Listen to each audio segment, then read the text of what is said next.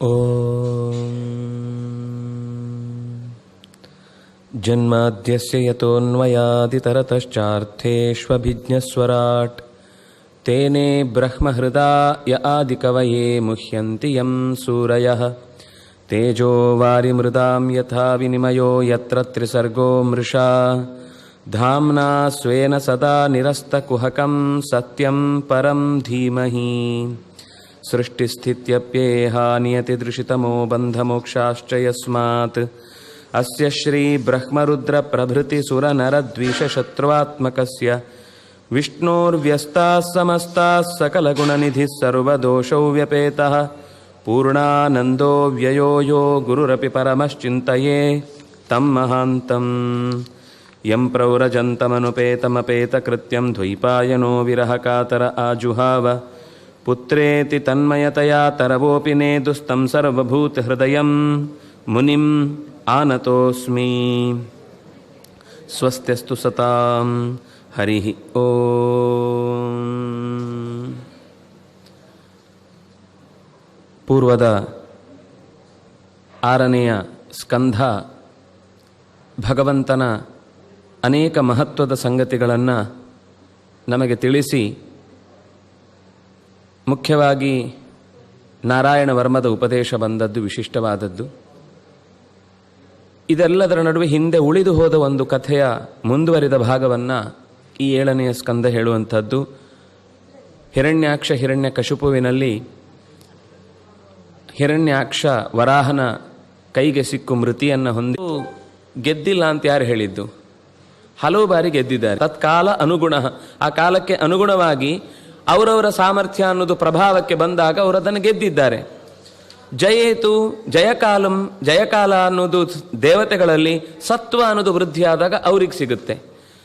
ರಜಸ್ಸು ವೃದ್ಧಿಯಾದಾಗ ಅಸುರರು, ಉಳಿದ ಮಧ್ಯದಲ್ಲಿರುವಂತಹ ಆಚೆಯೂ ಇದ್ದಾರೆ ಈಚೆಯೂ ಇದ್ದಾರೆ ಅಂತ ಎರಡೂ ಕಡೆ ತೂಗುವಂಥ ಜನ ಕೆಲವೊಮ್ಮೆ ಮಧ್ಯದಲ್ಲಿ ಗೆಲ್ತಾರೆ. ಆದರೆ ಇನ್ನೂ ಒಂದು ಸಂಗತಿ ಏನು ಅಂತಂದರೆ, ಆದರೂ ಪ್ರಶ್ನೆಗೆ ಪೂರ್ತಿ ಉತ್ತರ ಸಿಗಲಿಲ್ಲ. ನೀವು ಸುಮ್ಮನೆ ಏನೋ ಪ್ರಶ್ನೆ ಕೇಳಿದರೆ ಏನೋ ಉತ್ತರ ಕೊಟ್ಟು ತಲೆ ಕೆಡಿಸಿದ್ರಷ್ಟೇ. ಕೆಲವೊಮ್ಮೆ ಉತ್ತರ ಗೊತ್ತಿಲ್ಲ ಅಂತ ಆದಾಗ ಉದ್ದ ಉತ್ತರ ಇರುತ್ತೆ. ಅದರಿಂದಾಗಿ ನೀವು ದಾರಿ ಕೆಡಿಸ್ತಾ ಇದ್ದೀರಿ ಹೊರತು ನಂಗೆ ವಿಷಯಕ್ಕೆ ಪ್ರಶ್ನೆಗೆ ಉತ್ತರ ಸಿಗಲಿಲ್ಲ ಅನ್ನುವ ರೀತಿಯಲ್ಲಿ ಅವನ ಮುಖದ ಭಾವ ಇದ್ದದನ್ನು ಗ್ರಹಿಸಿ ಮತ್ತೆ ನಾರದರು ಅದರ ವಿವರವನ್ನು ಕೊಡ್ತಾರೆ. ಜಗತ್ತಿನ ಒಂದು ಸ್ವರೂಪ ಏನು ಅಂತಂದರೆ, ಅದು ಎಲ್ಲರಿಗೂ ಇರುವಂಥದ್ದು. ಯಾರೋ ಒಬ್ಬನ ಬದುಕಲ್ಲ, ಅದು ಎಲ್ಲರ ಬದುಕು. ಯಾರು ಈ ವ್ಯವಸ್ಥೆಯನ್ನು ಅರ್ಥ ಮಾಡಿಕೊಂಡು ಬದುಕ್ತಾನೋ ಅವನು ಈ ನೆಲದಲ್ಲಿ ಬಹಳ ಕಾಲ ಬಾಳ್ತಾನೆ. ಅವನಿಗೆ ಬಾಳುವ ಹಕ್ಕು ಇದೆ. ತನ್ಗೋಸ್ಕರ ಮಾತ್ರ ಬದುಕುವುದು ಅನ್ನುವುದೇ ಅಸುರ ಸ್ವಭಾವ, ಎಲ್ಲರಿಗೋಸ್ಕರ ಬದುಕುವುದು ಅನ್ನೋದು ದೇವ ಸ್ವಭಾವ.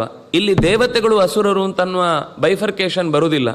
ದೇವತ್ವ ಅನ್ನೋದು ಎಲ್ಲಿ ಬರುತ್ತೆ ಅಂದರೆ, ಯಾವಾಗ ತನ್ನ ಅಧಿಕಾರವನ್ನು ತನ್ನ ಸ್ವಾರ್ಥಕ್ಕೆ ಬಳಸಿಕೊಳ್ಳದೆ ಜಗತ್ತಿನ ಒಳಿತಿಗಾಗಿ ಯಾವಾಗ ಬಳಸಿಕೊಳ್ತಾನೋ ಅಲ್ಲಿ ಭಗವಂತ ಅವನ ಪಕ್ಷವನ್ನು ವಹಿಸಿ ನಿಲ್ತಾನೆ. ಅದರಿಂದಾಗಿ ನೀನು ದೇವತೆಗಳ ಪಕ್ಷ ಅಸುರರ ಪಕ್ಷ ಅಂತ ಶಬ್ದ ಹಾಕಬೇಡ. ದೇವತ್ವದ ಪಕ್ಷ ಆಸುರಿ ಪಕ್ಷದ ವಿರುದ್ಧ ಅಂತ ಹೀಗೆ ಹೇಳಿದರೆ, ಆಸುರಿ ದೈವಾಸುರ ಸಂಪದ್ವಿಭಾಗ ಅಂತ ಒಂದು ಅಧ್ಯಾಯವನ್ನೇ ಹೇಳ್ತಾ ಕೃಷ್ಣ 16ನೇ ಅಧ್ಯಾಯದಲ್ಲಿ ಆರಂಭದಲ್ಲಿ ಕೆಲವು ಗುಣಗಳನ್ನು ಹೇಳಿ, ಇದಿಷ್ಟು ದೈವೀ ಗುಣಗಳು, ಇದಿಷ್ಟು ಆಸುರಿ ಗುಣಗಳು. ಯಾವಾಗ ತನಗೆ ಸಿಕ್ಕಿದ ಅಧಿಕಾರವನ್ನು ತನ್ನ ಪಕ್ಕದವರಿಗೆ ತನ್ನ ಸುತ್ತಲಿನಲ್ಲೇ ತಿರುಗಿಸಿ ಬೇರೆ ಯಾರಿಗೂ ಸಿಗದಂತೆ ಮಾಡಿ ಉಳಿದವರನ್ನೆಲ್ಲರನ್ನೂ ಜೀವನದಲ್ಲಿ ಅವರು ಏನನ್ನೂ ಪಡೆಯಬಾರದು ಅನ್ನುವ ರೀತಿಯಲ್ಲಿ ಅವರನ್ನು ಬಂಧನಗೊಳಿಸುವ ಸ್ಥಿತಿಗೆ ಬಂದಾಗ ಅದು ಆಸುರಿ ಸ್ವಭಾವ. ದೇವತೆಗಳು ಯಾವತ್ತಾದರೂ ನಮಗೆ ಮೇಲ್ನೋಟಕ್ಕೆ ಕೆಲವೊಮ್ಮೆ ನೋಡುವಾಗ ತಪಸ್ಸುಗಳಿಗೆ ತಡೆ ಕೊಟ್ಟ ಹಾಗೆ ಅಥವಾ ಕುದುರೆಯನ್ನು ಅಪಹರಿಸಿದ ಹಾಗೆ ಈ ಘಟನೆಗಳು ಕಾಣುತ್ತೆ. ಆದರೆ ಅದರಲ್ಲಿ ಉದ್ದೇಶ ಆ ತಪಸ್ಸನ್ನು ಭಂಗಗೊಳಿಸುವ ನಿಟ್ಟಿನಲ್ಲಿ ಅವರಲ್ಲಿರುವ ದೃಢತೆಯನ್ನು ಮತ್ತಷ್ಟು ಲೋಕಕ್ಕೆ ಪ್ರಚುರಪಡಿಸುವುದಿರುತ್ತೆ. ಅವರಲ್ಲಿ ರೆಸಿಸ್ಟೆನ್ಸ್ ಪವರ್ ಅನ್ನೋದು ಇನ್ನೂ ಹೆಚ್ಚಾಗಬೇಕು ಅಂತ ಅನ್ನೋದು ಬಯಕೆ ಆಗಿರುತ್ತೆ. ತಪಸ್ಸಿನ ತೀವ್ರತೆ ಹೆಚ್ಚುತ್ತೆ ಅದರಿಂದ ಅಂತ. ಎರಡನೇದು, ಕೆಲವೊಂದು ಸರ್ತಿ ದೇವತೆಗಳು ಭಗವಂತನ ಸಂಕಲ್ಪಕ್ಕೆ ಅನುಗುಣವಾಗಿ ಅಪಹಾರ ಮಾಡುವುದು ಇತ್ಯಾದಿಗಳು ನಡೆದರೂ ಅದರ ಕೊನೆಯ ಪರಿಣಾಮ ಒಳ್ಳೆಯದೇ ಆಗಿರುತ್ತೆ. ಅದರಿಂದಾಗಿ ದೇವರನ್ನು ಒಲಿಸಿಕೊಳ್ಳಿಕ್ಕೆ ಬೇಕಾದದ್ದು ಪ್ರೀತಿ. ಯಾವುದು ಈ ಜಗತ್ತನ್ನು ನಿರ್ವಹಣೆ ಮಾಡುತ್ತೋ, ಯಾವುದು ಈ ಜಗತ್ತಿಗಾಗಿ ತನ್ನನ್ನು ಸಮರ್ಪಣೆ ಮಾಡಿಕೊಂಡಿದೆಯೋ ಅದರ ಬಗ್ಗೆ ನಮ್ಮಲ್ಲಿ ಕಾತರ, ಪ್ರೀತಿ, ಅನುಷ್ಠಾನ ಅದರ ಬಗ್ಗೆ ಒಂದು ಆಸಕ್ತಿ ಇದ್ದಾಗ ಭಗವಂತ ಅದಕ್ಕೆ ಸರಿಯಾಗಿ. ಯಾಕೆಂದ್ರೆ ಕನ್ನಡಿಗೆ ಮುಖ ಮಾಡಿ ನಿಂತರೆ ಕನ್ನಡಿ ನಮ್ಮನ್ನು ನೋಡುತ್ತೆ, ನಾವು ಕನ್ನಡಿಗೆ ಬೆನ್ನು ಮಾಡಿ ನಿಂತರೆ ಬೆನ್ನೂ ಕೂಡ ನಮ್ಗೆ ಕಾಣಲ್ಲ. ಆದ್ರಿಂದಾಗಿ ಯಾರು ಭಗವಂತನಿಗೆ ಪ್ರತಿಯಾಗಿರ್ತಾನೋ ಭಗವಂತ ಅವನನ್ನು ನೋಡ್ತಾನೆ. ಯಾರು ಭಗವಂತನಿಗೆ ವಿರುದ್ಧವಾಗಿ ನಾನು ವಿರುದ್ಧ ದಿಕ್ಕಿಗೆ ಓಡ್ತೇನೆ ಅಂದ್ರೆ ಅವನು ಸೂರ್ಯೋದಯಕ್ಕಿಂತ ಆಚೆಗೆ ಓಡ್ತಾ ಇದ್ದಾನೆಂದ್ರೆ ಕತ್ತಲೆ ಕಡೆಗೆ ಓಡ್ತಾ ಇದ್ದೇನೆ ಅಂತ ಅರ್ಥ. ಬೆಳಕಿನ ಕಡೆಗೆ ಓಡುವವನನ್ನು ಭಗವಂತ ನೋಡ್ತಾನೆ, ಕತ್ತಲೆ ಕಡೆಗೆ ಓಡುವವನನ್ನು ನೋಡಬೇಕು ಅಂತ ಅವಶ್ಯಕತೆ ಇಲ್ಲ, ಬಿಟ್ಟುಬಿಡ್ತಾನೆ. ಇಷ್ಟೇ ವ್ಯವಸ್ಥೆ. ಇದು ಹೇಳ್ತಾ ಹೇಳ್ತಾ ಭಕ್ತಿ ಅನ್ನೋದು ಪ್ರಧಾನ. ಹಾಗಾಗಿ ಭಗವಂತ ಭಕ್ತಿಯನ್ನು ಗಮನಿಸ್ತಾನೆ ಹೊರತು ಆ ವ್ಯಕ್ತಿಯನ್ನು ಯಾವತ್ತೂ ಗಮನಿಸುವುದಿಲ್ಲ. ಅವನು ಎಲ್ಲೇ ಇದ್ರೂ ಸರಿ ಅವನನ್ನು ಸ್ವೀಕರಿಸ್ತಾನೆ. ಗೋಪ್ಯ ಕಾಮಾತ್ ಭಯಾತ್ ಕಂಸಃ ದ್ವೇಷ್ಯಾತ್ ಚೈದ್ಯಾದಯೋ ನೃಪಾಃ ಸಂಬಂಧಾತ್ ವೃಷ್ಣಯ ಸ್ನೇಹಾತ್ ಯೂಯಂ ಭಕ್ತ್ಯಾ. ಇಷ್ಟರಲ್ಲಿ ನಮ್ಮ ನಡುವೆ ನಾವು ಗಮನಿಸಿದರೆ ಗೋಪಿಯರು ಬಹಳ ಭಗವಂತನನ್ನ ಬಯಕೆ, ನೀನು ನಮ್ಮ ಜೀವನದ ಭಾಗ ಅಂತ ಭಗವಂತನನ್ನ ಗಂಡನನ್ನಾಗಿ ಸ್ವೀಕರಿಸಿ ಪ್ರೀತಿಸಿದ್ರು. ಕಂಸ ಭಯದಿಂದ ಭಗವಂತನನ್ನ ಪಡೆದ, ದ್ವೇಷದಿಂದಾಗಿ ಚೈದ್ಯಾದಯೋ ನೃಪಾಹ, ಆಮೇಲೆ ಸಂಬಂಧದ ಬಲದಿಂದ ವೃಷ್ಣಿಗಳು ಉದ್ಧತರಾದರು, ಸ್ನೇಹದಿಂದ ನೀವು, ಭಕ್ತಿಯಿಂದ ನಾವು ಅಂತ ನಾರದ ಯುಧಿಷ್ಠರನಿಗೆ ಹೇಳಿದ ಮಾತು. ಹಾಗಾಗಿ ನೀವು ಸ್ನೇಹದಿಂದ ಗೆದ್ರಿ, ನಾವು ಭಗವಂತನನ್ನ ಭಕ್ತಿಯಿಂದ ಗೆಲ್ತಾ ಇದ್ದೇವೆ ಅಂತ. ಮೇಲ್ನೋಟಕ್ಕೆ ನೋಡುವಾಗ ದ್ವೇಷ್ಯಾತ್ ಅನ್ನುವ ಶಬ್ದ ಕೇಳಿದಾಗ ಹಾಗಾದ್ರೆ ಸುಲಭ, ದೇವರನ್ನ ಪ್ರೀತಿ ಮಾಡೋದು ಸ್ವಲ್ಪ ಕಷ್ಟ, ನೆನ್ಪಿಟ್ಕೊಳ್ಬೇಕು, ಟೈಮ್ ನೋಡ್ಕೊಳ್ಬೇಕು, ಆಗಲಿಲ್ಲ ಅಂದರೆ ಮತ್ತೆ ಮೆಸೇಜ್ ಬರುತ್ತೆ, ಯಾಕೆ ಹೀಗೆ ಮಾಡಿದಿ, ಯಾಕೆ ಹಾಗೆ ಮಾಡಿದಿ, ಅದನ್ನು ಹೇಳಿಲ್ಲ ಇದನ್ನು ಹೇಳಿಲ್ಲ, ನಂಗೆ ಇಷ್ಟೊತ್ತಿಗೆ ಇದನ್ನೇ ನೀನು ಮೆಸೇಜ್ ಮಾಡಬೇಕಿತ್ತು ಅಂತೆಲ್ಲ ಶುರುವಾಗುತ್ತೆ. ಆದರೆ ಅದು ಬಿಟ್ಟು ವಿರುದ್ಧವಾಗಿ ಒಬ್ಬನನ್ನು ಹೇಳುದು, ಅದರ ಸಾತ್ರು ಮರೆಯಲ್ಲ ಅವನ ದ್ವೇಷ ಅಂತ, ಅದು ಇನ್ನೂ ಹೆಚ್ಚು ಅನುಕೂಲ.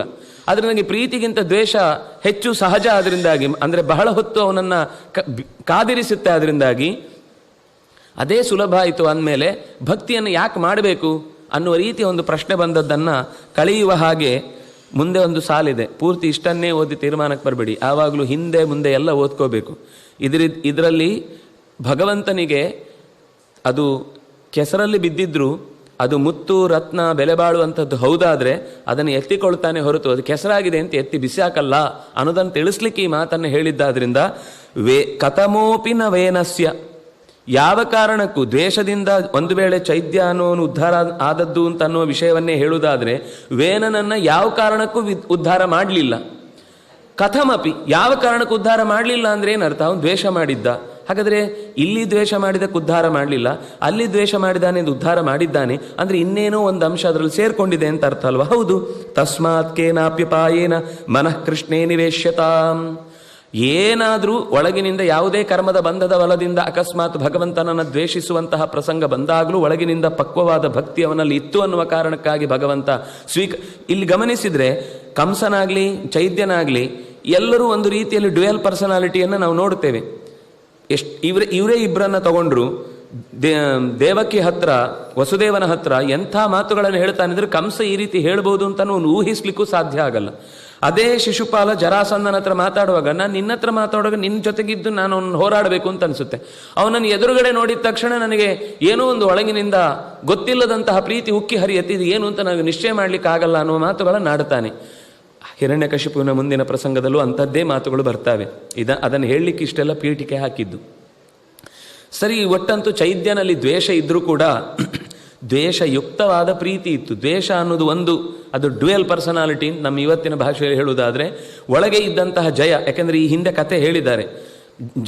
ಜಯ ವಿಜಯರು ಸನಕ ಸನಂದನ ಸನತ್ಕುಮಾರ ಸನತ್ ಸುಚಾರ ಶಾಪಕ್ಕೆ ಒಳಗಾಗಿ 3 ಬಾರಿ ಭಗವಂತನನ್ನು ವಿರೋಧಿಸಿ ಭೂಮಿಯಲ್ಲಿ ಅವತರಿಸಿ ಬಂದು ಭಗವಂತನದ್ದೇ 4 ವಿಶಿಷ್ಟವಾದ ರೂಪಗಳಿಂದ ಅವರು ಉದ್ಧತರಾಗ್ತಾರೆ ಅಂತ ಭಗವಂತನಿಂದಲೂ ಅನುಜ್ಞೆಯನ್ನು ಪಡೆದು ಬಂದವರಲ್ಲಿ ಈಗ ಚೈದ್ಯನಾಗಿ ಬಂದದ್ದು ಭಗವಂತನಿಂದ ಶಿರಚ್ಛೇದವಾದರೂ ಕೂಡ ಅವನ ಜೀವ ಕೃಷ್ಣನನ್ನೇ ಸೇರಿತು ಅಂತಂದರೆ ಅಲ್ಲಿದ್ದ ಜಯ ಉದ್ಧತನಾದ, ಅಲ್ಲಿರುವ ದುಷ್ಟನಾದಂತಹ ಹಿರಣ್ಯಕಶಿಪುವಿನದ್ದೇ ಸ್ವರೂಪ ಅದು ನಾಶ ಆಗಿದೆ, ಚೈದ್ಯ ಅಲ್ಲಿ ಉಳಿಲಿಲ್ಲ. ಅದರಿಂದಾಗಿ ಹೇಗೆ ವೇನನು ಹಾಗೆ ಚೈದ್ಯ ಉದ್ಧಾರ ಆದದ್ದು ಅಲ್ಲಿಯ ಒಳಗಿನ ಜಯ ಹೊರತು ಉಳಿದವನಲ್ಲ. ಅಂತೂ ಹಿರಣ್ಯಾಕ್ಷನ ಸಂಹಾರ ಆಗಿದೆ. ಇದೇ ವಿಷಯಕ್ಕೆ ನಾನು ನಿನಗೆ ಇನ್ನು ಪೂರ್ವದ ಕಥೆಯನ್ನು ಹೇಳಬೇಕು ನಾನು ಅಂತ ಹೇಳಿ ಈ ಪ್ರಸಂಗವನ್ನು ನಾರದರು ಉಲ್ಲೇಖ ಮಾಡ್ತಾರೆ. ಯಾಕೆಂದರೆ ಈ ಕಥೆಯಲ್ಲಿ ಒಂದು ರೀತಿಯಲ್ಲಿ ಪ್ರಹ್ಲಾದ ಪ್ರಧಾನ ಪಾತ್ರವಾದರೂ ಕೂಡ ಪ್ರಹ್ಲಾದನಲ್ಲಿ ಪ್ರಾಧಾನ್ಯ ತುಂಬಿದ ಶಕ್ತಿ ನಾರದನೇ. ಅವನು ಈ ಕಥೆಯಲ್ಲಿ ಮುಖ್ಯವಾಗಿ ಇದ್ದಷ್ಟು ಇನ್ಯಾವ ಪಾತ್ರವೂ ಅಲ್ಲ. ಹಾಗಾಗಿ ತಾನೇ ಅನುಭವಿಸಿದ ನೇರ ಕಥೆಯನ್ನ ಯುಧಿಷ್ಠಿರನಿಗೆ ಯಥಾವತ್ತಾಗಿ ವರ್ಣಿಸುವ ಮಾತುಗಳನ್ನು ಇಲ್ಲಿ ಆಡ್ತಾ ಹೋಗ್ತಾನೆ. ಆ ಮಾತಿನಲ್ಲಿ ದಿತಿ ಮತ್ತು ಋಷದ್ಭಾನು, ದಿತಿ ತಾಯಿ, ಋಷದ್ಭಾನು ಹಿರಣ್ಯಾಕ್ಷನ ಹೆಂಡತಿ, ಇಬ್ಬರೂ ಕೂಡ ಗೊಳೋ ಅಂತ ಅಳ್ತಾ ಇರ್ತಾರೆ ಹಿರಣ್ಯಾಕ್ಷನ ಶರೀರದ ಪಕ್ಕದಲ್ಲಿ ಕುಳಿತು. ಈ ಸ್ಥಿತಿಯಲ್ಲಿ ಇದ್ದಾಗ ಬರ್ತಾನೆ ಹಿರಣ್ಯಕಶಿಪು, ನೋಡ್ತಾನೆ ಏನು ಇವರು ಈ ಥರ ಇಷ್ಟು ವ್ಯಥೆ ಪಡ್ತಾ ಇದ್ದಾರೆ, ಅವರಿಗೆ ಸಮಾಧಾನ ಮಾಡಬೇಕು ಅಂತ ಅನೇಕ ಸಮಾಶ್ವಾಸನೆಯ ಮಾತುಗಳನ್ನು ಹೇಳುತ್ತಾನೆ. ಅಲ್ಲಿ ಹೇಳುವಾಗ ಇದನ್ನೇ ಹೇಳುತ್ತಾನೆ, ಸಾವು ಅನ್ನೋದು ಎಲ್ಲರಿಗೂ ಕಟ್ಟಿಟ್ಟ ಬುತ್ತಿ, ಅದನ್ನು ತಪ್ಪಿಸ್ಲಿಕ್ಕೆ ಸಾಧ್ಯ ಇಲ್ಲ. ಒಂದಲ್ಲ ಒಂದು ದಿವಸ ಒಬ್ಬ ಶರೀರ ಪಡೆದವನು ಮತ್ತೆ ಸಾಯಲೇಬೇಕು. ಯಾವ ಹಿರಣ್ಯಕಶಿಪುವಿನ ಕಥೆಯನ್ನು ನಾವು ಮುಂದೆ ಕೇಳ್ತೇವೆ, ಅವನ ಆ ಉಪದೇಶದ ಮಾತೊಂದು ಕೇಳಿದರೆ ಎಂಥ ಒಬ್ಬ ಅಂತ ದೈತ್ಯರ ದೇವತೆಗಳ ಮೇಲೆ ಹೋರಾಡಬೇಕು ಅಂತ ಅನ್ನುವ ದೈತ್ಯಾವೇಶ ಇದ್ದವನು ಕೂಡ ಜರ್ರ ಇಳಿದವನು ಹೊರಟೋಗ್ಬೇಕು. ಅಂದರೆ ಪ್ರಹ್ಲಾದನಲ್ಲೂ ಒಂದಂಶದಲ್ಲಿ ಎಲ್ಲಿಂದ ಬಂತು ಆ ಒಳಗಿನಿಂದ ಆ ಭಗವತ್ ಪ್ರೀತಿ? ಅಂದರೆ ನಾರದರು ಉಪದೇಶ ಮಾಡಿದ್ದು ಹೌದಾದರೂ ಇನ್ನೆಲ್ಲೋ ಒಂದು ಜೆನೆಟಿಕಲ್ ಫೋರ್ಸು ಇರಬೇಕಲ್ಲ. ತೀವ್ರವಾಗಿ ಬರೀ ಊಂಬಿನಲ್ಲಿ ಒಂದು ಉಪದೇಶ ಆಯಿತು ಅಂತ ಅನ್ನೋ ಅಷ್ಟೇ ಮಾತ್ರಕ್ಕೆ ಎಲ್ಲ ಬದಲಾವಣೆ ಆಗುವುದಿಲ್ಲ ಅಲ್ವಾ? ಅದು ಪ್ರಭಾವನೂ ಕಾರಣ, ಸ್ವಭಾವನೂ ಕಾರಣ, ಜೆನೆಟಿಕಲ್ ಫೋರ್ಸ್ ಆಗಿ ತಂದೆಯಿಂದ ಬಂದ ನೆತ್ತರಿನ ಗುಣವೂ ಒಂದು ಕಾರಣವಾಗಿ ಇದೆ ಅನ್ನುವುದಕ್ಕೆ ಈ ರೀತಿಯಾದವನಲ್ಲಿದ್ದ ಮಾತುಗಳು ನಮಗೆ ಉಲ್ಲೇಖಕ್ಕೆ ಅರ್ಹವಾದದ್ದು. ಸಮಾಧಾನ ಮಾಡುತ್ತಾ ಹೇಳ್ತಾನೆ, ನೀನು ಅಳುವುದು ತರವಲ್ಲ. ಒಬ್ಬ ಸುಯಜ್ಞ ಅಂತ ಉಶೀನರ ದೇಶದ ರಾಜ ಯುದ್ಧಕ್ಕಾಗಿ ತೆರಳಿ ಪ್ರಾಣವನ್ನು ತೆತ್ತು ಬಿಡ್ತಾನೆ. ಆಗ ಅವನ ಇಡೀ ಪರಿವಾರ ಎಲ್ಲವೂ ಕೂಡ ಅವನ ಹೆಣದ ಪಕ್ಕದಲ್ಲಿ ಕುಳಿತು ಜೋರಾಗಿ ಅಳುತ್ತಾ ಬಹಳ ಹೊತ್ತು ಕಾಲ ಕಳೆಯುವಾಗ ಸೂರ್ಯ ಅಸ್ತವಾಗುತ್ತೆ. ಅಸ್ತವಾದ ಹೊತ್ತಿನಲ್ಲಿ ರಾತ್ರಿಯ ಹೊತ್ತು ಅಂತಂದಾಗಲೇ ತಕ್ಷಣವೇ ಹದ್ದುಗಳು, ನರಿಗಳು, ತೋಳಗಳು ಇತ್ಯಾದಿಗಳೆಲ್ಲವೂ ಕೂಡ ಅಲ್ಲಿ ಬಂದು ಮಾಂಸಕ್ಕಾಗಿ ಹೆಣಗಾಡ್ತಾವೆ. ಈ ಸ್ಥಿತಿಯಲ್ಲಿ ನೀವು ಸಿಕ್ಕಾಕಿದ್ರೆ ಬದುಕಿದ್ದವರನ್ನು ಅದು ಉಳಿಸಲ್ಲ. ಇನ್ನೂ ಕಷ್ಟದ ಸಂಗತಿ, ಮನುಷ್ಯ ಜಾತಿಯ ಕೆಲವು ಹದ್ದುಗಳಿವೆ, ಮನುಷ್ಯ ಜಾತಿಯ ಕೆಲವು ತೋಳಗಳಿವೆ, ಮನುಷ್ಯ ಜಾತಿಯ ಕೆಲವು ನರಿಗಳಿವೆ.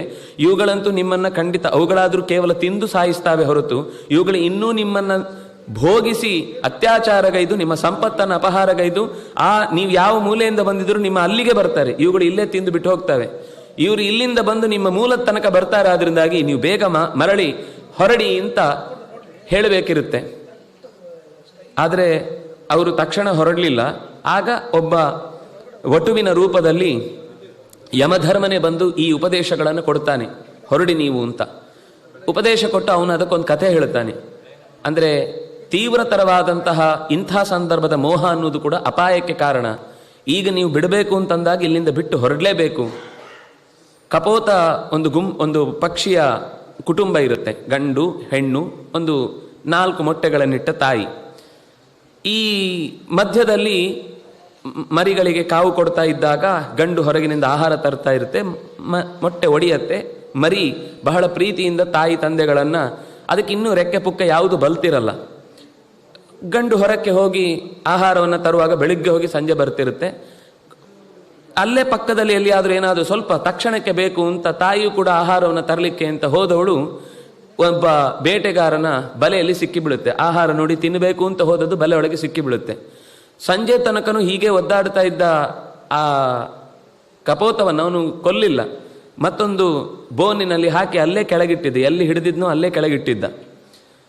ಗಂಡು ಪಕ್ಷಿ ಬಂದಾಗಿದು ದೂರದಿಂದಲೇ ತನ್ನದೇ ಧ್ವನಿಯಿಂದ ತನ್ನದೇ ಮಾತಿನಿಂದ ಬರಬೇಡ, ನೀನು ಇಲ್ಲಿ ಬಂದರೆ ಅಪಾಯ ಆಗುತ್ತೆ, ನೀನು ನನ್ನ ಹತ್ರಕ್ಕೆ ಬರಬೇಡ, ನೀನು ಗೂಡಿನ ಹತ್ರ ಹೋಗು ಅಂತ ಅದು 10 ಬಾರಿ ಹೇಳಿತು.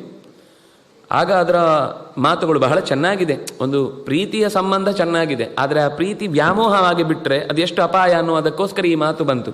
ದೇವರು ಕೊಟ್ಟ ಗೆಳತಿ ನನಗೆ ನೀನು ನನ್ನ ಎಲ್ಲ ಆಗುಹೋಗುಗಳಲ್ಲಿ ಜೊತೆಗಿದ್ದವಳು, ಕಷ್ಟವಾಗಲಿ ಸುಖವಾಗಲಿ ಎಲ್ಲವನ್ನೂ ಹಂಚಿಕೊಂಡು ಬದುಕಿದವರು. ಈಗಲೂ ಕೂಡ ನಾವು ಇದೇ ರೀತಿ ಬದುಕಬೇಕು ಅಂತ ಅನ್ನೋದೇ ನನ್ನ ಉದ್ದೇಶ. ನಿನ್ನ ಜೊತೆಗೇನೆ ನಾನು ಕೂಡ ಇರಬೇಕು, ನಿನ್ನನ್ನು ಹೇಗಾದರೂ ಮಾಡಿ ಬಿಡಿಸ್ತೇನೆ, ನಾನು ಬರ್ತೇನೆ ಅಂತ ಸೀದಾ ಬಂದು ಬಿಡುತ್ತೆ. ಮರೆಯಲ್ಲಿ ನಿಂತು ಕಾಯ್ತಾ ಇದ್ದಂತಹ ಆ ಬೇಟೆಗಾರ ಬಾಣವನ್ನು ಹೊಡೆದು ಅದನ್ನು ಉರುಳಿಸ್ತಾನೆ. ಆಗ ಅದು ಹೆಣ್ಣು ಹೇಳುತ್ತೆ, ನೀನು ಬದುಕಿದ್ರೆ ಆ 4 ಮರಿಗಳು ಬದುಕ್ತಾ ಇದ್ವು, ಅವುಗಳಿಗೂ ಇನ್ನೇನು ಗೊತ್ತಿಲ್ಲ, ಇನ್ಯಾವುದೋ ಕ್ರಿಮಿಕೀಟಗಳದನ್ನು ತಿಂದು ಸಾಯ್ತಾವೆ. ನಿನ್ನ ಒಂದು ಮೋಹದಿಂದ ಮರಿಗಳು ಸತ್ತು, ನಾನು ಸತ್ತೆ, ನೀನು ಸತ್ತೆ, ಇಡೀ ಕುಟುಂಬ ನಾಶ ಆಗಿ ಹೋಯಿತು.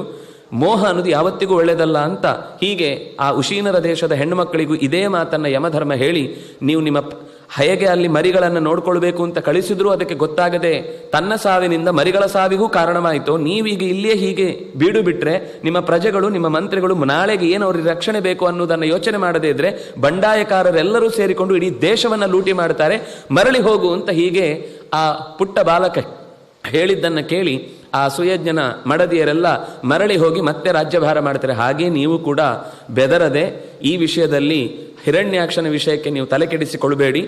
ಬದುಕಿದವರು ಒಂದಿಷ್ಟು ದಿವಸ ಬದುಕ್ತಾರೆ, ಅವರ ಆಯುಷ್ಯ ಮುಗೀತು ಅಂತಂದಾಗ ಅದು ಮುಗದೇ ಹೋಗುತ್ತೆ ಅಂತ ಹೀಗೆ ಮಾತಾಡೋರನ್ನು ಕಳಿಸಿದ್ದಾನೆ. ದುಷ್ಟರ ದಂಡು ಮತ್ತೆ ಬಂತು. ನಮುಚಿ ಇನ್ನು ಅನೇಕ ಜನ ರಕ್ಕಸರ ಒಂದು ದೊಡ್ಡ ಲಿಸ್ಟ್ ಕೊಡ್ತಾರೆ. ಎಲ್ಲ ಬಂದು ಮಾತಾಡ್ತಾ ಇಲ್ಲ, ನಮಗೆ ಅನ್ಯಾಯ ಆಗಿದೆ, ಈ ದೇವತೆಗಳು ಯಾವಾಗಲೂ ಗೆಲ್ತಾರೆ, ನಮ್ಗೆ ಯಾವತ್ತೂ ಕೂಡ ಗೆಲುವೇ ಇಲ್ಲ ಅಂತ ಆಗ್ಬಿಟ್ಟಿದೆ. ಹಾಗೆ ಹೀಗೆ ಮಾತಾಡೋದು ಇವನಿಗೆ ಮತ್ತೆ ಒಳಗಿನಿಂದ ಆವೇಶ ಜೋರಾಗ್ಬಿಡುತ್ತೆ. ನಾನು ತಪಸ್ಸು ಮಾಡ್ತೇನೆ ಅಂತ ಅವನು ಹೊರಟು ತಪಸ್ಸಿಗೆ ಹೊರಡ್ತಾನೆ. ತಪಸ್ಸಿಗೆ ಹೊರಡುವ ಸಂದರ್ಭದಲ್ಲೇ ಇಲ್ಲಿ ದೇವತೆಗಳು ಅವನ ರಾಜ್ಯದ ಮೇಲೆ ದಾಳಿ ಮಾಡ್ತಾರೆ. ದಾಳಿ ಮಾಡಿ ಅಲ್ಲಿರುವ ಎಲ್ಲ ರಕ್ಕಸರನ್ನು, ಗರ್ಭದಲ್ಲಿ ಇದ್ದ ರಕ್ಕಸರವನ್ನೂ ಬಿಡದೆ ಕೊಲ್ತಾ ಬರುವಾಗ ಕಯಾದು ಸಿಗ್ತಾಳೆ, ಹಿರಣ್ಯಕಶಿಪುವಿನ ಹೆಂಡತಿ. ಅವಳನ್ನೂ ಕೊಲ್ಲಬೇಕು ಅಂತ ಹೋದಾಗ ನಾರದರು ತಡೀತಾರೆ. ನಾನೇ ತಡೆದು ಅಂದರೆ ನಾರದರೇ ಹೇಳುವ ಕಥೆ, ಅದರಿಂದಾಗಿ ನಾನೇ ತಡೆದು ಈ ಮುಂದಿನ ಒಳಿತಿನ ಬೀಜ ಈ ಗರ್ಭದಲ್ಲಿದೆ, ಇದರ ಹಿನ್ನೆಲೆಯನ್ನು ನಿಮಗೆ ಗೊತ್ತಿಲ್ಲ, ನನಗೆ ಗೊತ್ತಿದೆ, ಏನು ಮಾಡಬೇಡಿ ಅಂತ ಹೇಳಿ ಅವಳನ್ನು ಕರ್ಕೊಂಡು ತನ್ನ ಆಶ್ರಮದಲ್ಲಿ ಕರೆಸಿ ಅವಳಿಗೆ ವ್ಯವಸ್ಥೆಯನ್ನು ಮಾಡಿ ಚೆನ್ನಾಗಿ ಅವಳ ಅಲ್ಲಿಯ ತನಕದ ಆ ರಕ್ಕಸರ ವಾತಾವರಣದಲ್ಲಿ ಹೊಡಿ ಬಡಿ ಕಡಿ ಇದನ್ನು ಕೇಳಿ ತಲೆ ಚಿಟ್ಟಿಡ್ದದ್ದು. ಇಲ್ಲಿ ಏನು ಸದ್ದೇ ಇಲ್ಲ, ಎಂಥ ಒಂದು ನಿನಾದ, ಆನಂದ, ಬರೀ ಒಂದು ಗಾಳಿಯ ಸುಯಿಲೂ ಕೂಡ ಮನಸ್ಸಿಗೆ ಹಿತವನ್ನು ತರುವ ಸ್ಥಿತಿಯಲ್ಲಿ ಅವಳಿಗೆ ಅನೇಕ ಪ್ರಶ್ನೆಗಳು ಬರ್ತವೆ. ಯಾಕೆ ಇಷ್ಟು ಒದ್ದಾಟ, ಯಾಕಿಷ್ಟು ಉದ್ವಿಗ್ನತೆ, ಯಾಕೆ ಹೀಗೆ ಎಲ್ಲ ನಮ್ಮ ಕೈಯಲ್ಲೇ ಇರಬೇಕು ಅಂತ ಇವರೆಲ್ಲ ಹಠ ಮಾಡ್ತಾರೆ ಅಂತ ಅನೇಕ ಪ್ರಶ್ನೆಗಳನ್ನು, ತುಂಬ ಚೆನ್ನಾದ ಪ್ರಶ್ನೆಗಳನ್ನು ಕೇಳಿದ್ದಕ್ಕೆ ನಾರದರು ಚೆನ್ನಾದ ಉತ್ತರಗಳನ್ನು ಕೊಡ್ತಾ ಬರ್ತಾರೆ. ಮತ್ತೆ ಅವನು ತಪಸ್ಸು ಮಾಡಿ ಚತುರ್ಮುಖನನ್ನು ಒಲಿಸಿಕೊಳ್ಳುವಾಗ ಅವನ ಮೈಯ ಚರ್ಮ, ಮಾಂಸ, ನರ, ರಕ್ತನಾಳಗಳು ಎಲ್ಲವೂ ಕೂಡ ಮಣ್ಣಾಗಿ ಹೋಗುವಷ್ಟು ದೃಢವಾಗಿ ಒಂದು ಕಾಲಿನ ತುದಿಯಲ್ಲಿ ಆಕಾಶಕ್ಕೆ ಕೈ ಮಾಡಿ ಕಣ್ಣನ್ನು ಸೂರ್ಯನಿಗೆ ನೆಟ್ಟು ಸುಟ್ಟು ಹೋದ್ರೂ ತೊಂದರೆ ಇಲ್ಲ ಅನ್ನುವ ಹಾಗೆ ದಿಟ್ಟಿಸಿ ಅವನ ತಪಸ್ಸು ಮಾಡಿದಾಗ ಚತುರ್ಮುಖ ಬರ್ತಾನೆ. ದೇವತೆಗಳ ಪ್ರಾರ್ಥನೆ ಇದರಿಂದ ಅದೇ ಅವನ ತಲೆಯಲ್ಲಿ ನೆತ್ತಿಯಿಂದ ಹೊಗೆ ಏಳುತ್ತಂತೆ. ಅಷ್ಟು ಆ ಬೆಂಕಿ ಹೊಗೆ ಎದ್ದದ್ದು ದೇವಲೋಕದ ತನಕ ಸುಟ್ಟು ಅವನ ತಪಸ್ಸಿನ ತೀವ್ರತೆಯನ್ನು ತಡಿಲಿಕ್ಕಾಗದೆ ಚತುರ್ಮುಖನನ್ನು ಕೇಳಿಕೊಂಡಾಗ ಅವನು ಹೇಳ್ತಾನೆ, ನನಗೆ ಅವಧ್ಯತ್ವ ಬೇಕು ಅಂತ. ಅದೊಂದು ಕೇಳಬೇಡಪ್ಪ, ಅದು ನಮ್ಮ ಕೈಯಲ್ಲಿ ಇಲ್ಲ, ನಾವು ಕೂಡ ನಮ್ಮ ಸ್ಥಾನವೇ ಭದ್ರ ಅಲ್ಲ, ನಿನಗೆ ಹೇಗೆ ಕೊಡಲಿ, ಬೇರೆ ಏನಾದರೂ ಯಾವುದಾದ್ರೂ ರೀತಿಯಿಂದ ಅದನ್ನೇ ಕೇಳಿದ್ರು ತೊಂದರೆ ಇಲ್ಲ, ಕೊಡ್ತೇನೆ. ಅವನು ಯಥಾ ಪ್ರಕಾರ ಕತೆ ಗೊತ್ತಿದೆ, ಮೇಲೆ ಸಾಯ್ಬಾರ್ದು, ಕೆಳಗೆ ಸಾಯ್ಬಾರ್ದು, ಒಳಗೆ ಸಾಯ್ಬಾರ್ದು, ಹೊರಗೆ ಸಾಯ್ಬಾರ್ದು, ಆಯುಧದಿಂದ ಸಾಯ್ಬಾರ್ದು, ಪ್ರಾಣಿಯಿಂದ ಸಾಯ್ಬಾರ್ದು, ಪಕ್ಷಿಯಿಂದ ಸಾಯ್ಬಾರ್ದು. ಯಾಕೆಂದರೆ ಎಲ್ಲ ನೋಡಿದ್ದ, ಹಂದಿಯಿಂದ ತಿವಿದು ಸತ್ತದ್ದನ್ನು ನೆನಪಿಸಿಕೊಂಡು ಪ್ರಾಣಿಯಿಂದಲೂ ಸಾಯ್ಬಾರ್ದು, ಮನುಷ್ಯರಿಂದಲೂ ಸಾಯ್ಬಾರ್ದು, ಏನೇನೋ ಕೇಳಿದ. ಆಯಿತು ಅಂತ ಅಸ್ತು ಅಂತ ಹೇಳಿ ಅಧಿಕಾರ ಕೊಟ್ಟು ಅವನಲ್ಲಿ ಆ ಸಾಮರ್ಥ್ಯ ತುಂಬಿದ ಮೇಲೆ ಅವನ ಬದುಕಿನ ರೀತಿಯೇ ಚೇಂಜ್ ಆಗೋಯ್ತು. ತಕ್ಷಣ ತನ್ನ ಎಲ್ಲ ಸೇನೆಯನ್ನು ಕರೆದು ತಾವದ್ಯಾತ ಭುವಂ ಯೂಯಂ ಬ್ರಹ್ಮಕ್ಷತ್ರ ಸಮೇಧಿತಾಂ ಸೂದಯಧ್ವಂ ತಪೋ ಯಜ್ಞ ಸ್ವಾಧ್ಯಾಯ ವ್ರತ ದಾನಕಾನ್ ಯತ್ರ ಯತ್ರ ದ್ವಿಜೋ ಗಾವಃ ವೇದಾಃ ವರ್ಣಾಶ್ರಮ ಕ್ರಿಯಾ ತತಃ ತಂ ತಂ ಜನಪದಂ ಯಾತ ಸಂದೀಪಯ ತಪಶ್ಯತ್ ದಹ್ಯತ ವ್ರಶ್ಚ್ಯತ. ಹೋಗಿ ಭೂಮಿಗೆ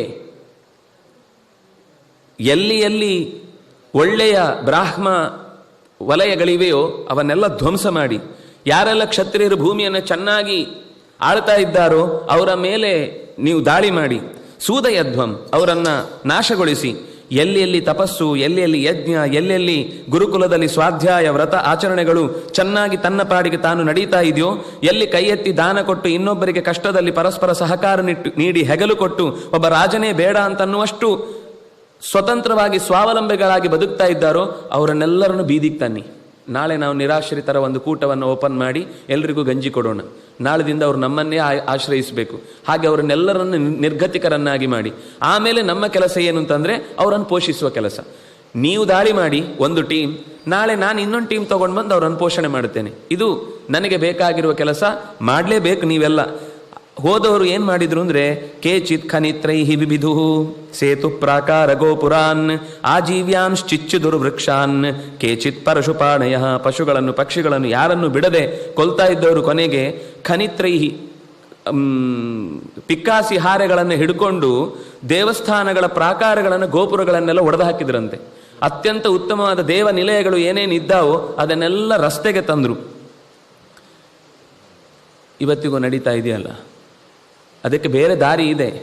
ಒಂದು, ಅದನ್ನು ಸಕ್ರಮ ಮಾಡ್ಬೋದು, ಅಕ್ರಮವಾದ ಜಾಗದಲ್ಲೇ ಇದೆ ಅಂತಂದ್ರು ಸಕ್ರಮ ಮಾಡ್ಬೋದು. ಇಲ್ಲ ಅದರ ಸ್ಥಾನವನ್ನು ತೆಗೆದು ಮತ್ತೊಂದು ಕಡೆ, ಯಾಕೆಂದರೆ ಅದು ಒಂದು ಪ್ರತಿಷ್ಠೆಗೊಂಡಿದೆ ಅಂತಂದ ಮೇಲೆ ಅದನ್ನು ನಂಬಿಕೊಂಡ ಎಷ್ಟೋ ಜನರಿದ್ದಾರೆ. ಕೇವಲ ಅದು ಬ್ರಾಹ್ಮಣರ ಪರ ಅಂತ ಯೋಚನೆ ಮಾಡ್ತಾ ಇಲ್ಲ. ಅದನ್ನು ಹತ್ತಿರದಲ್ಲಿ ಇದ್ಕೊಂಡು ಹೂ ಮಾರೋರು ಒಂದಿಷ್ಟು ಜನ ಬದುಕಿರ್ತಾರೆ, ತರಕಾರಿ ಮಾರೋರು ಒಂದಿಷ್ಟು ಜನ ಬದುಕಿರ್ತಾರೆ, ಚಪ್ಪಲಿ ಕಾಯೋರು ಒಂದಿಷ್ಟು ಜನ ಇರ್ತಾರೆ, ಯಾವುದ್ಯಾವುದೋ ರೀತಿಯಿಂದ ಬದುಕು ನಡೆಸ್ತಾ ಇರ್ತಾರೆ. ಈ ಎಲ್ಲರದ್ದು ಕೂಡ ಒಂದೇ ಸರ್ತಿಗೆ ಜೀವನಕ್ಕೆ ಒಂದು ಪೆಟ್ಟು ಬಿದ್ದಾಗ ಅದನ್ನು ಸಹಿಸುವುದು ಕಷ್ಟ ಆಗುತ್ತೆ. ಇರಲಿ, ಅದು ಒಂದು ವೇಳೆ ಎಲ್ಲರಿಗೂ ಒಂದೇ ರೀತಿಯದ್ದಾಗಿದ್ರೂ ಸರಿ, ಅದು ಕೂಡ ನಮ್ಮಲ್ಲಿ ಮತ್ತೆ ಇಲ್ಲ ಅದು ಈ ಥರ ಯಾಕೆಂದರೆ ತೆಪ್ಪಗಿರೋರನ್ನು ಯಾವಾಗಲೂ ಮೆಟ್ಟುವುದು ಜಾಸ್ತಿ. ಅವರಾದ್ರೆ ಒಂದೇ ಸರ್ತಿ ತಮ್ಮ ದೊಡ್ಡ ಪ್ರಾಬಲ್ಯವನ್ನು ತೋರಿಸಿ ಗಲಾಟೆ ಮಾಡ್ತಾರೆ, ಉಧೋ ಅಂತ ಹೇಳಿ ದೊಡ್ಡ ಘೋಷಣೆಗಳನ್ನು ಕೂಗ್ತಾರೆ. ಹಿರಣ್ಯಕಶಿಪುವಿನ ಆಕ್ರೋಶವನ್ನು ತಡೆಯೋರು ಯಾರೂ ಇರಲಿಲ್ಲ. ಅವನ ಆ ದಾಳಿಯನ್ನು ಯಾರೂ ಸಹಿಸಿಕೊಳ್ಳಿಕ್ಕಾಗಲಿಲ್ಲ. ಎಷ್ಟು ಸೂಕ್ಷ್ಮವಾದ ಅಂಶಗಳನ್ನು, ಆಜೀವ್ಯಾನ್ ಚಿಚ್ಚಿದರು ವೃಕ್ಷಾನ್, ಬಹಳ ಕಾಲದಿಂದ 10 ಜನ ಕೈ ಸೇರಿ ಹಿಡಿಯುವಷ್ಟು ದೊಡ್ಡ ವೃಕ್ಷಗಳನ್ನು ಕೂಡ ಬಿಡಲಿಲ್ಲ, ಕತ್ತರಿಸಿ ತೆಗೆದ್ರು. ಯಾಕೆಂದರೆ ಅದೇ ನಂಬಿಕೆಯ ಸ್ಥಾನಗಳಾಗಿದ್ದವು ಎಷ್ಟೋ ಜನರಿಗೆ. ಯಾಕೆಂದರೆ ಆ ಸ್ಥಳದಲ್ಲಿ ಅವರ ದೈವಿಕವಾದ ಚಿಂತನೆಗಳಿದ್ದವು. ಅಂಥದ್ದನ್ನೆಲ್ಲ ಕತ್ತರಿಸಿ ತೆಗೆದ್ರು. ಇನ್ನೂ ಒಂದು ಅರ್ಥ, ಇನ್ನೂ ಬಹಳ ಕಾಲ ಬಾಳುವಂಥವುಗಳು ಅಂತ ಒಂದು ಅರ್ಥ. ಯಾವಾಗಲೂ ಬದುಕಿರುವ ಮರವನ್ನು ಕಾರಣ ಇಲ್ಲದೆ ಕತ್ತರಿಸುವ ಹಾಗಿಲ್ಲ. ಜೀವಂತ ಅಕಸ್ಮಾತ್ ಯಾವುದೋ ಸಿಡಿಲಿನ ಪೆಟ್ಟಿಗೆ ಬಿದ್ದು ಅಥವಾ ವಿಷಘಾತದಿಂದ ಎಲೆಗಳನ್ನೆಲ್ಲ ಉದುರಿಸಿ ಅದು ಇನ್ನೇನು ಉಪಯೋಗಕ್ಕಿಲ್ಲ ಅಂದರೆ ಕಡಿಬೇಕು ಹೊರತು ಅಕಾರಣವಾಗಿ ಕಡಿಲಿಕ್ಕಿಲ್ಲ. ಇನ್ನೇನು ಯಜ್ಞಕ್ಕೆ, ಯಾಗಕ್ಕೆ ಅಥವಾ ಯಾವುದೋ ಒಂದು ಪ್ರಧಾನವಾದ ಮಹಾ ಕಾರಣಗಳಿದ್ದಾಗಲೂ ಇಡೀ ಮರವನ್ನು ಕತ್ತರಿಸಲಿಕ್ಕೆ ಒಂದು ಭಾಗವನ್ನು ಕತ್ತರಿಸಿ ಅದನ್ನು ಉಪಯೋಗಿಸಬೇಕು ಅಂತ ಇರುವಂಥದ್ದು. ಹೀಗೆ ಅಥವಾ ಒಂದು ಕಡಿಲೇಬೇಕಾದ ಸ್ಥಿತಿ ಬಂದಾಗಲೂ ಅವನು ಒಂದು ಅಶ್ವತ್ಥ ಮರವನ್ನು ಕಡಿಬೇಕು ಅಂದರೆ 1,00,000 ಗಾಯತ್ರಿ ಜಪ ಮಾಡಬೇಕು ಅಂತಿದೆ. 1,00,000 ಗಾಯತ್ರಿ ಜಪ ಮಾಡಿದ ಮೇಲೆ ಒಂದು ಅಶ್ವತ್ಥ ಮರವನ್ನು ಕಡಿಬೇಕು ಅಂತ. ಅಂದರೆ ಈ ವೃಕ್ಷಾರೋಪಣ ಮತ್ತು ವೃಕ್ಷ ಛೇದನದ ಬಗ್ಗೆನೇ ಬಹಳಷ್ಟು ಧಾರ್ಮಿಕ ಅಂದರೆ ನಮಗೆ ಅಧ್ಯಾತ್ಮ ಮತ್ತು ಈ ಪರಿಸರದ ನಿಯಮ ಅಂತ ಅನ್ನೋದು ಒಂದು ಪ್ರತ್ಯೇಕ ವಿಷಯ ಅಲ್ಲ. ಅದೇ ಅಧ್ಯಾತ್ಮ, ಅದೇ ಪರಿಸರ, ಎರಡು ಒಟ್ಟೊಟ್ಟಿಗೆ ಬದುಕುವ ರೀತಿ ಇತ್ತು. ಅಂತಹ ಮರಗಳನ್ನೆಲ್ಲ ಕತ್ತರಿಸಿ ತೆಗೆದ್ರು. ಅವನು ಹೇಳಿದ್ದು ಕೂಡ ತಂ ಜನಪದಂ ಯಾತ, ಎಲ್ಲಿ ಜಾಸ್ತಿ ಋತ್ವಿಜರಿದ್ದಾರೋ ದ್ವಿಜಾಹ ಗಾವಹ, ಹಸುಗಳನ್ನು ಕತ್ತರಿಸಿ, ವೇದಾಹ, ಶಾಸ್ತ್ರಗಳನ್ನು ಪುಸ್ತಕಗಳನ್ನು ಸುಟ್ಟು ತೆಗಿರಿ, ಓದೋರನ್ನು ನಾಲಿಗೆ ಸೀಳಿ, ವರ್ಣಾಶ್ರಮ ಕ್ರಿಯಾ, ಎಲ್ಲೆಲ್ಲಿ ಅವರವರ ಧರ್ಮಕ್ಕೆ ಅನುಗುಣವಾಗಿ ಸರಿಯಾಗಿದ್ದಾರೆ ಅಂದರೆ ಅವರನ್ನು ಉಳಿಸ್ಬೇಡಿ. ನಾನು ರಿವೋಲ್ಟ್ ಆಗಬೇಕು ಅಂತ ಯಾರ್ಯಾರಿದ್ದಾರೋ ಅಂತ ಸುದ್ದಿಜೀವಿಗಳನ್ನು ಕರ್ಕೊಂಡು ಬನ್ನಿ, ಬುದ್ಧಿಜೀವಿಗಳನ್ನು ಕರ್ಕೊಂಡು ಬನ್ನಿ, ವಿಚಾರ ವ್ಯಾಧಿಗಳನ್ನು ಹಿಡ್ಕೊಂಡು ಬನ್ನಿ, ಅವ್ರು ನಮ್ಗೆ ಬೇಕು. ಯಾಕೆಂದ್ರೆ ಅವರು ಎಲ್ಲ ಪ್ರಶ್ನೆ ಮಾಡೋರು, ಅದ್ಯಾಕೆ ಹಾಗೆ ಮಾಡಬೇಕು, ಇದ್ಯಾಕೆ ಹೀಗೆ ಮಾಡಬೇಕು. ಅವ್ರು ಯಾವುದೂ ಮಾಡಲ್ಲ, ಆದರೆ ಬೇರೆಯವರು ಮಾಡೋದನ್ನು ಎಲ್ಲವನ್ನೂ ಪ್ರಶ್ನಿಸ್ತಾರೆ. ಅವರನ್ನು ಉಳಿಸಿ. ಆದರೆ ಯಾರು ಅವರವರ ಕರ್ಮವನ್ನು ಸರಿಯಾಗಿ ಪ್ರಾಮಾಣಿಕವಾಗಿ ಮಾಡ್ತಾರೋ ಅವರನ್ನು ಧ್ವಂಸಗೊಳಿಸಿ, ಅವರನ್ನು ನಾಶ ಮಾಡಿ, ಅವರನ್ನು ಉಳಿಕ್ ಬಿಡಬೇಡಿ. ಯಾಕೆಂದರೆ ನಮ್ಮ ಆಲೋಚನೆಗೆ ಬಹಳ ಒಳ್ಳೊಳ್ಳೆ ಮಾತುಗಳಿವೆ. ಆ ಪ್ರತಿಯೊಂದು ಶ್ಲೋಕವನ್ನು ನೋಡಬೇಕಾದದ್ದು. ಭಗವಂತನ ಮೂಲ ಎಲ್ಲ ಇರುವುದು ಈ ಪ್ರತೀಕಗಳಲ್ಲೇ. ಈ ಪ್ರತೀಕವನ್ನು ನಾಶ ಮಾಡಿದರೆ ನಾವು ಇದೆಲ್ಲ ಮೂಲ ಯೋಚನೆ. ಭಗವಂತನ ಸಾನ್ನಿಧ್ಯಗಳು ನಾಶ ಆಗ್ತಾ ಹೋದರೆ, ಅವನನ್ನು ಉಪಾಸನೆ ಮಾಡೋರು ಕಮ್ಮಿ ಆಗ್ತಾ ಹೋದರೆ ನಮ್ಮ ಬಲ ಜಾಸ್ತಿ ಆಗುತ್ತೆ. ಅದರಿಂದಾಗಿ ನಾವು ಯಾರ ಮೇಲೆ ಎಷ್ಟು ದಾಳಿ ಮಾಡಿದ್ರು ಆಕ್ಷೇಪ ಎತ್ತಲಿಕ್ಕೆ ಧ್ವನಿಗಳೇ ಇರಲ್ಲ. ಅದರಿಂದಾಗಿ ಇವೆಲ್ಲವನ್ನು ನಾಶಪಡಿಸಿ ಅಂತಂಥ ಜನಪದಗಳನ್ನೇ ಸಂದೀಪಯತ, ಸುಟ್ಟು ತೆಗಿರಿ, ಇಡೀ ಊರಿಗೆ ಬೆಂಕಿ ಕೊಡಿ, ಯಾರು ಉಳಿಬಾರ್ದ ಆ ಊರಲ್ಲಿ. ಅಂಥ ರೀತಿಯಲ್ಲಿ ಅಷ್ಟೇ ಅಲ್ಲ, ವ್ರಶ್ಚತ, ಅವರು ಅಲ್ಲಿಂದ ತಪ್ಪಿಸಿಕೊಂಡು ಹೊರಗೆ ಹೋಗ್ತಾರ, ಕತ್ತರಿಸಿ ತೆಗಿರಿ, ಅವರನ್ನು ಯಾರನ್ನು ಉಳಿಸ್ಬೇಡಿ ಅಂತ. ಹೀಗೆ ಪರಶುಪಾಣಯ, ಕೈಯಲ್ಲಿ ಪರಶು ಹಿಡ್ಕೊಂಡು, ಗದೆ ಹಿಡ್ಕೊಂಡು, ಬಿಲ್ಲು ಹಿಡ್ಕೊಂಡು ಸಿಕ್ಕಲ್ಲಿ ಜನರನ್ನು ಕೊಚ್ಚಿ ಕೊಲ್ಲುವಂತಹ ಒಂದು ದೊಡ್ಡ ಆಘಾತಕಾರಿಯಾದಂತಹ ಘಟನೆ ದೇಶಾದ್ಯಂತ ಭೂಮಿಯಲ್ಲಿ ನಡೆದು ಹೋಯಿತು. ಹಿರಣ್ಯಕಶಿಪುವಿನ ಈ ದುರ್ಭರವಾದಂತಹ ಸಹಿಸಲು ಸಾಧ್ಯವಿಲ್ಲದ ಆಟೋಪವನ್ನು ಕಂಡು ದೇವತೆಗಳು ಹೋಗಿ ಭಗವಂತನನ್ನು ಪ್ರಾರ್ಥನೆ ಮಾಡುತ್ತಾರೆ. ದಿಕ್ಪಾಲಕರ ಮೇಲೆ ಅವನು ಇದ್ದಕ್ಕಿದ್ದ ಹಾಗೆ ಆಮೇಲೆ ಯುದ್ಧ ಮಾಡಿ ಗೆಲುವು ಸಾಧಿಸ್ತಾನೆ. ಆಗ ನಾರಾಯಣನನ್ನು ಹೋಗಿ ಕೇಳಿಕೊಂಡಾಗ ಆಗ ಅಭಯ ಕೊಡ್ತಾನೆ. ಅವನು ಹೇಳುತ್ತಾನೆ, ಯದಾ ದೇವೇಶು ವೇದೇಶು ಗೋಷು ವಿಪ್ರೇಷು ಸಾಧುಷು ಧರ್ಮೇ ಮೈ ಚ ವಿದ್ವೇಷಃ ಸವಾ ಆಶು ವಿನಶ್ಯತಿ ನಿರ್ವೈರಾಯ ಪ್ರಶಾಂತಾಯ ಸ್ವಸುತಾಯ ಮಹಾತ್ಮನೆ ಪ್ರಹ್ಲಾದಾಯ ಯದಾ ದೃಹ್ಯೇತ್ ಹನಿಷ್ಯೇ ಅಪಿ ವರೋರ್ಜಿತಂ. ಯಾವಾಗ ಒಬ್ಬ ವ್ಯಕ್ತಿ ದೇವತೆಗಳನ್ನು ವಿರೋಧಿಸ್ತಾನೆ, ವೇದಗಳನ್ನು ನಿಷೇಧಿಸ್ತಾನೆ, ಗೋಗಳನ್ನು ಹತ್ಯೆ ಮಾಡ್ತಾನೆ, ವಿಪ್ರರನ್ನು, ಚೆನ್ನಾಗಿ ಶಾಸ್ತ್ರಜ್ಞಾನವನ್ನು ಪಡೆದವರನ್ನು ಹತ್ಯೆ ಮಾಡುತ್ತಾನೆ, ಸಜ್ಜನರಿಗೆ ಬದುಕಲಿಕ್ಕೆ ಅವಕಾಶ ಕೊಡುವುದಿಲ್ಲ, ಧರ್ಮದ ಚಟುವಟಿಕೆ ಬಾಹಿರವಾದ ರೀತಿಯಲ್ಲೇ ಬದುಕ್ತಾನೆ, ಎಲ್ಲದಕ್ಕಿಂತ ಹೆಚ್ಚು ಇದೆಲ್ಲದರ ಹಿಂದೆ ನನ್ನನ್ನೇ ವಿದ್ವೇಷದಿಂದಾಗಿ ಈ ಎಲ್ಲ ಕಾರ್ಯಗಳನ್ನು ಯಾರು ಎಸಗ್ತಾನೋ ಸವಾ ಆಶು ವಿನಶ್ಯತಿ, ಅವನಾಗಿಯೇ ತನ್ನ ಮೃತಿಯನ್ನು ತಂದುಕೊಳ್ತಾನೆ. ಅಲ್ಲಿ ತನಕ ನಾನು ಅದೆಲ್ಲ ಅಂದರೆ ನಮಗೆ ತೊಂದರೆ ಆಗ್ತಾ ಇದೆ, ನಮ್ಮ ತಪಸ್ಸಿನ ಕೊಂಡಿ, ಯಜ್ಞದ ಕೊಂಡಿ ತಪ್ಪಿ ಹೋಗ್ತಾ ಇದೆ, ಇದರಿಂದ ನಾವು ಲೋಕಕ್ಕೆ ಏನಾದರೂ ಒಳಿತು ಮಾಡಬೇಕು ಅಂದರೆ ಅವರಿಂದ ನಾವು ಯಜ್ಞ ಯಾಗಾದಿಗಳನ್ನು ಪಡೆದು ನಡೆಸಬೇಕು, ಆ ಶ್ರದ್ಧೆಯೇ ಹೊರಟು ಹೋಗುವ ರೀತಿಯ ವಾತಾವರಣ ನಿರ್ಮಾಣ ಆಗ್ತಾ ಇದೆ ಅಂತ ಹೇಳಿದಾಗ ನೀವು ದೇವತೆಗಳು ಸಹಿಸಿಕೊಳ್ಳಬಲ್ಲವರು. ನೀವು ಆದರೂ ಕೂಡ ಅದೃಶ್ಯರಾಗಿ ನಿಂತು ಅವರಿಗೆ ನೀವು ಸಹಾಯ ಮಾಡಿ. ಅಲ್ಲಿಯ ತನಕ ಯಜ್ಞದಲ್ಲಿ ನೇರವಾಗಿ ಬಂದು ಆಹಾರವನ್ನು, ಹವಿಸ್ಸನ್ನು ಸ್ವೀಕರಿಸ್ತಾ ಇದ್ದವರು ಆ ಬಳಿಕ ಈ ದಾಳಿಯಿಂದಾಗಿ ಗುಟ್ಟಾಗಿ ಇಂಡೈರೆಕ್ಟ್ ಆಗಿ ಅವರಿಗೆ, ಸಜ್ಜನರಿಗೆ ಸಹಾಯ ಮಾಡುವ, ಯಾಕೆಂದರೆ ಸಹಾಯ ಮಾಡ್ತಾರೆ ಅಂತ ಗೊತ್ತಾದರೆ ಮತ್ತೆ ಇನ್ನೊಂದು ರೀತಿಯಿಂದ ದಾಳಿ ಶುರುವಾಗ್ತಾ ಇತ್ತು. ಅಂತೂ ಎಲ್ಲ ದೇವತೆಗಳ ಪೋರ್ಟ್ಫೋಲಿಯೋವನ್ನು ತಮ್ಮ ಕೈಯಲ್ಲಿ ತೆಗೆದುಕೊಂಡು ನನ್ನ ಮನೆಯಲ್ಲಿ ಬೀಸಬೇಕು ಗಾಳಿ, ನನ್ನ ಮನೆಗೆ ಮಾತ್ರ ಬೆಳಕು ಬರಬೇಕು, ನನ್ನ ಮನೆಯಲ್ಲೇ ಎಲ್ಲ ನೀರಿನ ಅವಕಾಶ ಬೇಕಾದಾಗ ಸಿಗಬೇಕು ಅಂತ ಹೀಗೆಲ್ಲ ಇದೆ. ದೇವತೆಗಳ ಸ್ವಭಾವ ಪ್ರಜೆಗಳಿಗೋಸ್ಕರ, ಇಲ್ಲಿ ಇವನ ಸ್ವಭಾವ ತನ್ನ ಮನೆಗೋಸ್ಕರ.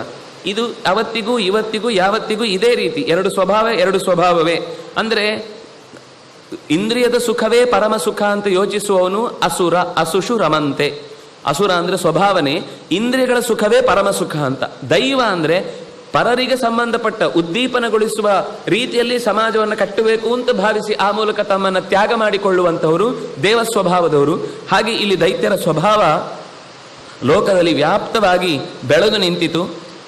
ಅವನು ಹೇಳುತ್ತಾನೆ, ಯಾರನ್ನೂ ವೈರಿಯಾಗಿ ಕಾಣದ, ಅತ್ಯಂತ ಪ್ರಶಾಂತನಾದ ತನ್ನ ಮಗನೇ ಆದಂತಹ ಪ್ರಹ್ಲಾದನನ್ನು ಅವನು ಯಾವಾಗ ತೀವ್ರತರವಾಗಿ ಅವನನ್ನು ನಾಶಪಡಿಸಬೇಕು ಅಂತ ಪ್ರಯತ್ನ ಪಡ್ತಾನೋ ಆವಾಗ ವರೋರ್ಜಿತಮಪಿ, ಅವನು ವರದಿಂದ ಉನ್ಮತ್ತನಾಗಿ ಎಂಥ ವರವನ್ನು ಪಡೆದಿದ್ರೂ ಕೂಡ ಅವನನ್ನು ನಾನು ಉಳಿಸಲ್ಲ, ಅಲ್ಲಿ ತನಕ ನೀವು ತಡಿಬೇಕು, ಕಾಲಹ ಪ್ರತೀಕ್ಷತ, ನೀವು ಅಷ್ಟು ದಿವಸ ಕಾಯಬೇಕಾಗುತ್ತೆ ಅಂತ ಹೀಗೆ ಹೇಳಿ ಅವನ ಪರಿಚಯವನ್ನು ಕೊಡ್ತಾರೆ. ಇದು ಸ್ವಾರಸ್ಯಕರವಾದ ಸಂಗತಿ.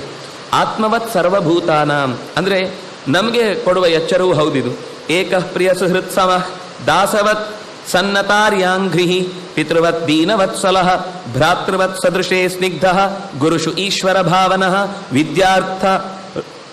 ವಿದ್ಯಾರ್ಥರೂಪ ಜನ್ಮಾದ್ಯೈಃ ಪಾನಸ್ತಂಭ ವಿವರ್ಜಿತಃ ನೋದ್ವಿಗ್ನ ಚಿತ್ತೋ ವ್ಯಸನೇಷು ನಿಸ್ಪೃಹ ಶ್ರುತೇಷು ದೃಷ್ಟೇಷು ಗುಣೇಷು ಅವಸ್ತು ದೃಕ್. ಆತ್ಮವತ್, ತನ್ನ ಆಹಾರದ ಹಸಿವಾದಾಗ ಹೇಗಾಗುತ್ತೆ ಹಸಿವು ನನಗೆ, ಹಾಗೆ ಎಲ್ಲರಿಗೂ ಹಸಿವಾಗುತ್ತೆ, ಎಲ್ಲರಿಗೂ ಬದುಕಬೇಕು ಅಂತಿರುತ್ತೆ, ಎಲ್ಲರಿಗೂ ಅವರವರ ಅಪೇಕ್ಷೆಗಳನ್ನು ಈಡೇರಿಸಿಕೊಳ್ಳುವ ಆಲೋಚನೆಗಳಿರ್ತವೆ. ಅದಕ್ಕೆ ಸರಿಯಾಗಿ ನಮ್ಮ ಬದುಕನ್ನು ರೂಪಿಸಿಕೊಳ್ಬೇಕು. ನಾನು ಮಾತ್ರ ಬದುಕಬೇಕು ಅಂತಲ್ಲ, ಸರ್ವಭೂತಾನ ಎಲ್ಲ ಭೂತಗಳು ಬದುಕಬೇಕು ಅಂತ ಯೋಚಿಸುವ ವಿಸ್ತಾರವಾದ ಮನಸ್ಸು ಅವನದ್ದಾಗಿತ್ತು. ಯಾವಾಗಲೂ ಹೆಚ್ಚಾಗಿ ಒಬ್ಬನೇ ಇರುವುದಕ್ಕೆ ಇಷ್ಟಪಡ್ತಿದ್ದ. ಮತ್ತೆ ಒಬ್ಬನೇ ಇರ್ತಾನೆ ಅಂತ ಹೇಳಿ ಮೂಲೆಗೆ ಬಿದ್ದ ಜಾತಿ ಆಗಿರಲಿಲ್ಲ, ಎಲ್ಲರ ನಡುವೆನೇ ಇರ್ತಿದ್ದ. ಪ್ರಿಯ ಸುಹೃತ್, ಎಲ್ಲರಿಗೂ ಆತ್ಮೀಯನಾಗಿರ್ತಿದ್ದ. ಮತ್ತು ಎಲ್ಲರಲ್ಲೂ ಸಮಾನವಾಗುವುದು ಅಂದರೆ ಅವರವರ ಮಟ್ಟದ ಪ್ರೀತಿ ಗೌರವಗಳನ್ನು ಸಂಪಾದಿಸಿದ್ದಷ್ಟೇ ಅಲ್ಲದೆ ಅವರಿಗೂ ಅದೇ ರೀತಿಯಾದ ಗೌರವವನ್ನು ಕೊಡ್ತಿದ್ದ. ಯಾರು ಹಿರಿಯರಿದ್ದಾರೋ ಅವರಿಗೆ ದಾಸವತ್, ದಾಸರಂತೆ, ಆರ್ಯಾಂಘ್ರಿಹಿ, ಹಿರಿಯರ ಪಾದ ಕಮಲಗಳಲ್ಲಿ ಅವರಿಗೆ ಏನು ಸೇವೆ ಮಾಡಬೇಕು ಅಷ್ಟು ವಿಷಯದಲ್ಲಿ ನಾನು ದೈತ್ಯರಾಜನ ಮಗ, ನಾನು ಯಾರು ಕೇಳುವ ಹಾಗಿಲ್ಲ ಅಂತ ಒಂದು ದಿವಸ ಯಾರ ಹತ್ರ ನಡ್ಕೊಳ್ತಿರ್ಲಿಲ್ಲ. ಪಿತೃವತ್ ದೀನವತ್ಸಲಃ, ಆದರೆ ತನಗಿಂತ ಸ್ವಲ್ಪ ಕಷ್ಟದಲ್ಲಿದ್ದಾರೆ, ತನಗಿಂತ ಸ್ವಲ್ಪ ದೀನ ಸ್ಥಿತಿಯಲ್ಲಿದ್ದಾರೆ ಅಂದರೆ ಅವರಿಗೆ ತಂದೆಯಂತೆ. ವಯಸ್ಸು ಇನ್ನೂ ಚಿಕ್ಕದೇ, ಆದರೆ ವರ್ತನೆಯಲ್ಲಿ ನಿಮ್ಮನ್ನು ಪೋಷಣೆ ಮಾಡ್ತೇನೆ ಹೆದರಬೇಡಿ ಅಂತ ಅವರಿಗೆಲ್ಲ ಭರವಸೆ. ಈ ದೈತ್ಯ ಬಾಲಕರೆಲ್ಲ ಒಂದು ರೀತಿ ಭಯ ಪಡ್ತಾರೆ, ಏನಾಗ್ತಾ ಇದೆ ಇಡೀ ದೇಶದಲ್ಲಿ, ಒಂದು ರೀತಿಯಾದ ವಿಚಿತ್ರವಾದ ವ್ಯವಸ್ಥೆ ಇದೆ ಅಂತ ಅನ್ನೋದಕ್ಕೆ ಅವನು ಹಾಗೆ ತಂದೆಯಂತೆ ಇರ್ತಿದ್ದ. ಇನ್ನು ಸದೃಶೆ, ತನ್ನ ಸಮಾನರ ಹುಡುಗರ ಜೊತೆಗೆ ಭ್ರಾತೃವತ್, ಅಣ್ಣನಂತೆ ಇರ್ತಿದ್ದ. ಗುರುಷು, ಗುರುಗಳಲ್ಲಿ ಭಗವಂತನನ್ನು ತೋರಿಸಿಕೊಡುವವರು ಅನ್ನುವುದಕ್ಕೋಸ್ಕರ ಅವರಲ್ಲಿ ಯಾವಾಗಲೂ ಭಗವಂತನನ್ನು ನೀವೇ ತೋರಿಸುವವರು ಅಂತ ಅನ್ನುವ ಗೌರವದಿಂದ, ಈಶ್ವರ ಭಾವನ, ನೀವು ಭಗವಂತನನ್ನು ತೋರುವ ಗುರಿ ತೋರಿಸುವ ಕೈ ನೀವು ದಾರಿ ನೀವು ಅಂತ ಅವರನ್ನು ಗೌರವಿಸ್ತಿದ್ದ.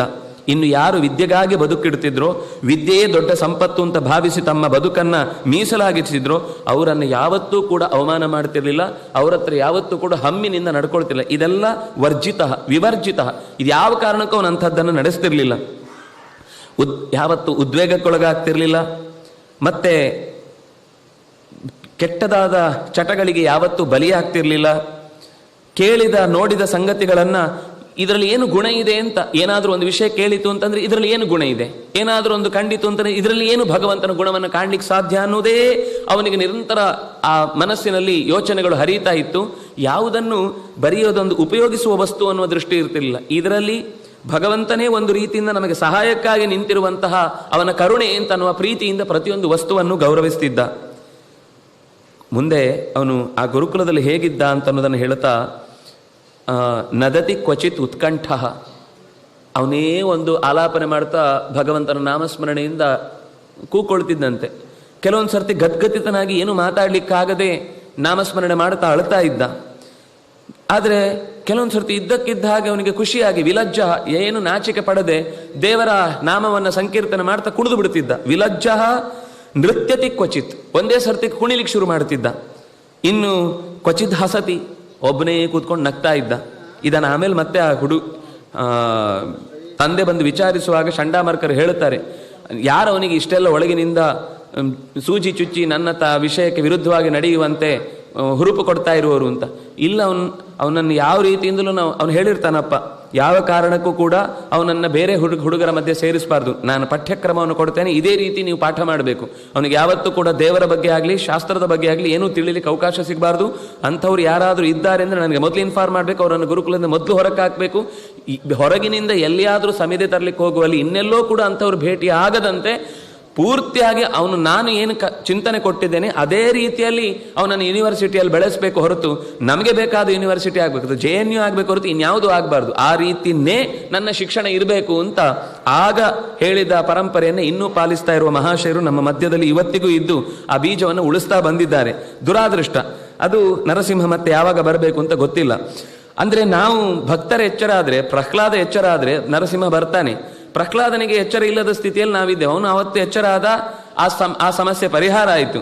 ನಮ್ಮಲ್ಲಿ ಪ್ರಹ್ಲಾದ ಜಾಗೃತವಾಗದೆ ಇನ್ನೂ ಕೂಡ ನಾವು ಉಪಾಸನೆ ಮಾಡಿದರೆ ಎಲ್ಲಿ ಅವನು ನಮ್ಮನ್ನೇ ಸುಟ್ಟು ಬಿಡ್ತಾನೋ ಅಂತ ಹಿರಣ್ಯಕಶಿಪು ಒಳಗೆ ಕೂತಿದ್ದಾನೆ. ಅದರಿಂದಾಗಿ ಎಷ್ಟು ನಮ್ಮ ಹಾಸಿಗೆ ಅಡಿಗೆಯಲ್ಲಿ ಸಂಪತ್ತು ತುಂಬಿಡಬಹುದು ಅಂತ ಹಿರಣ್ಯಕಶಿಪು ಅಂದ್ರೆ ಅದೇ ಅರ್ಥ.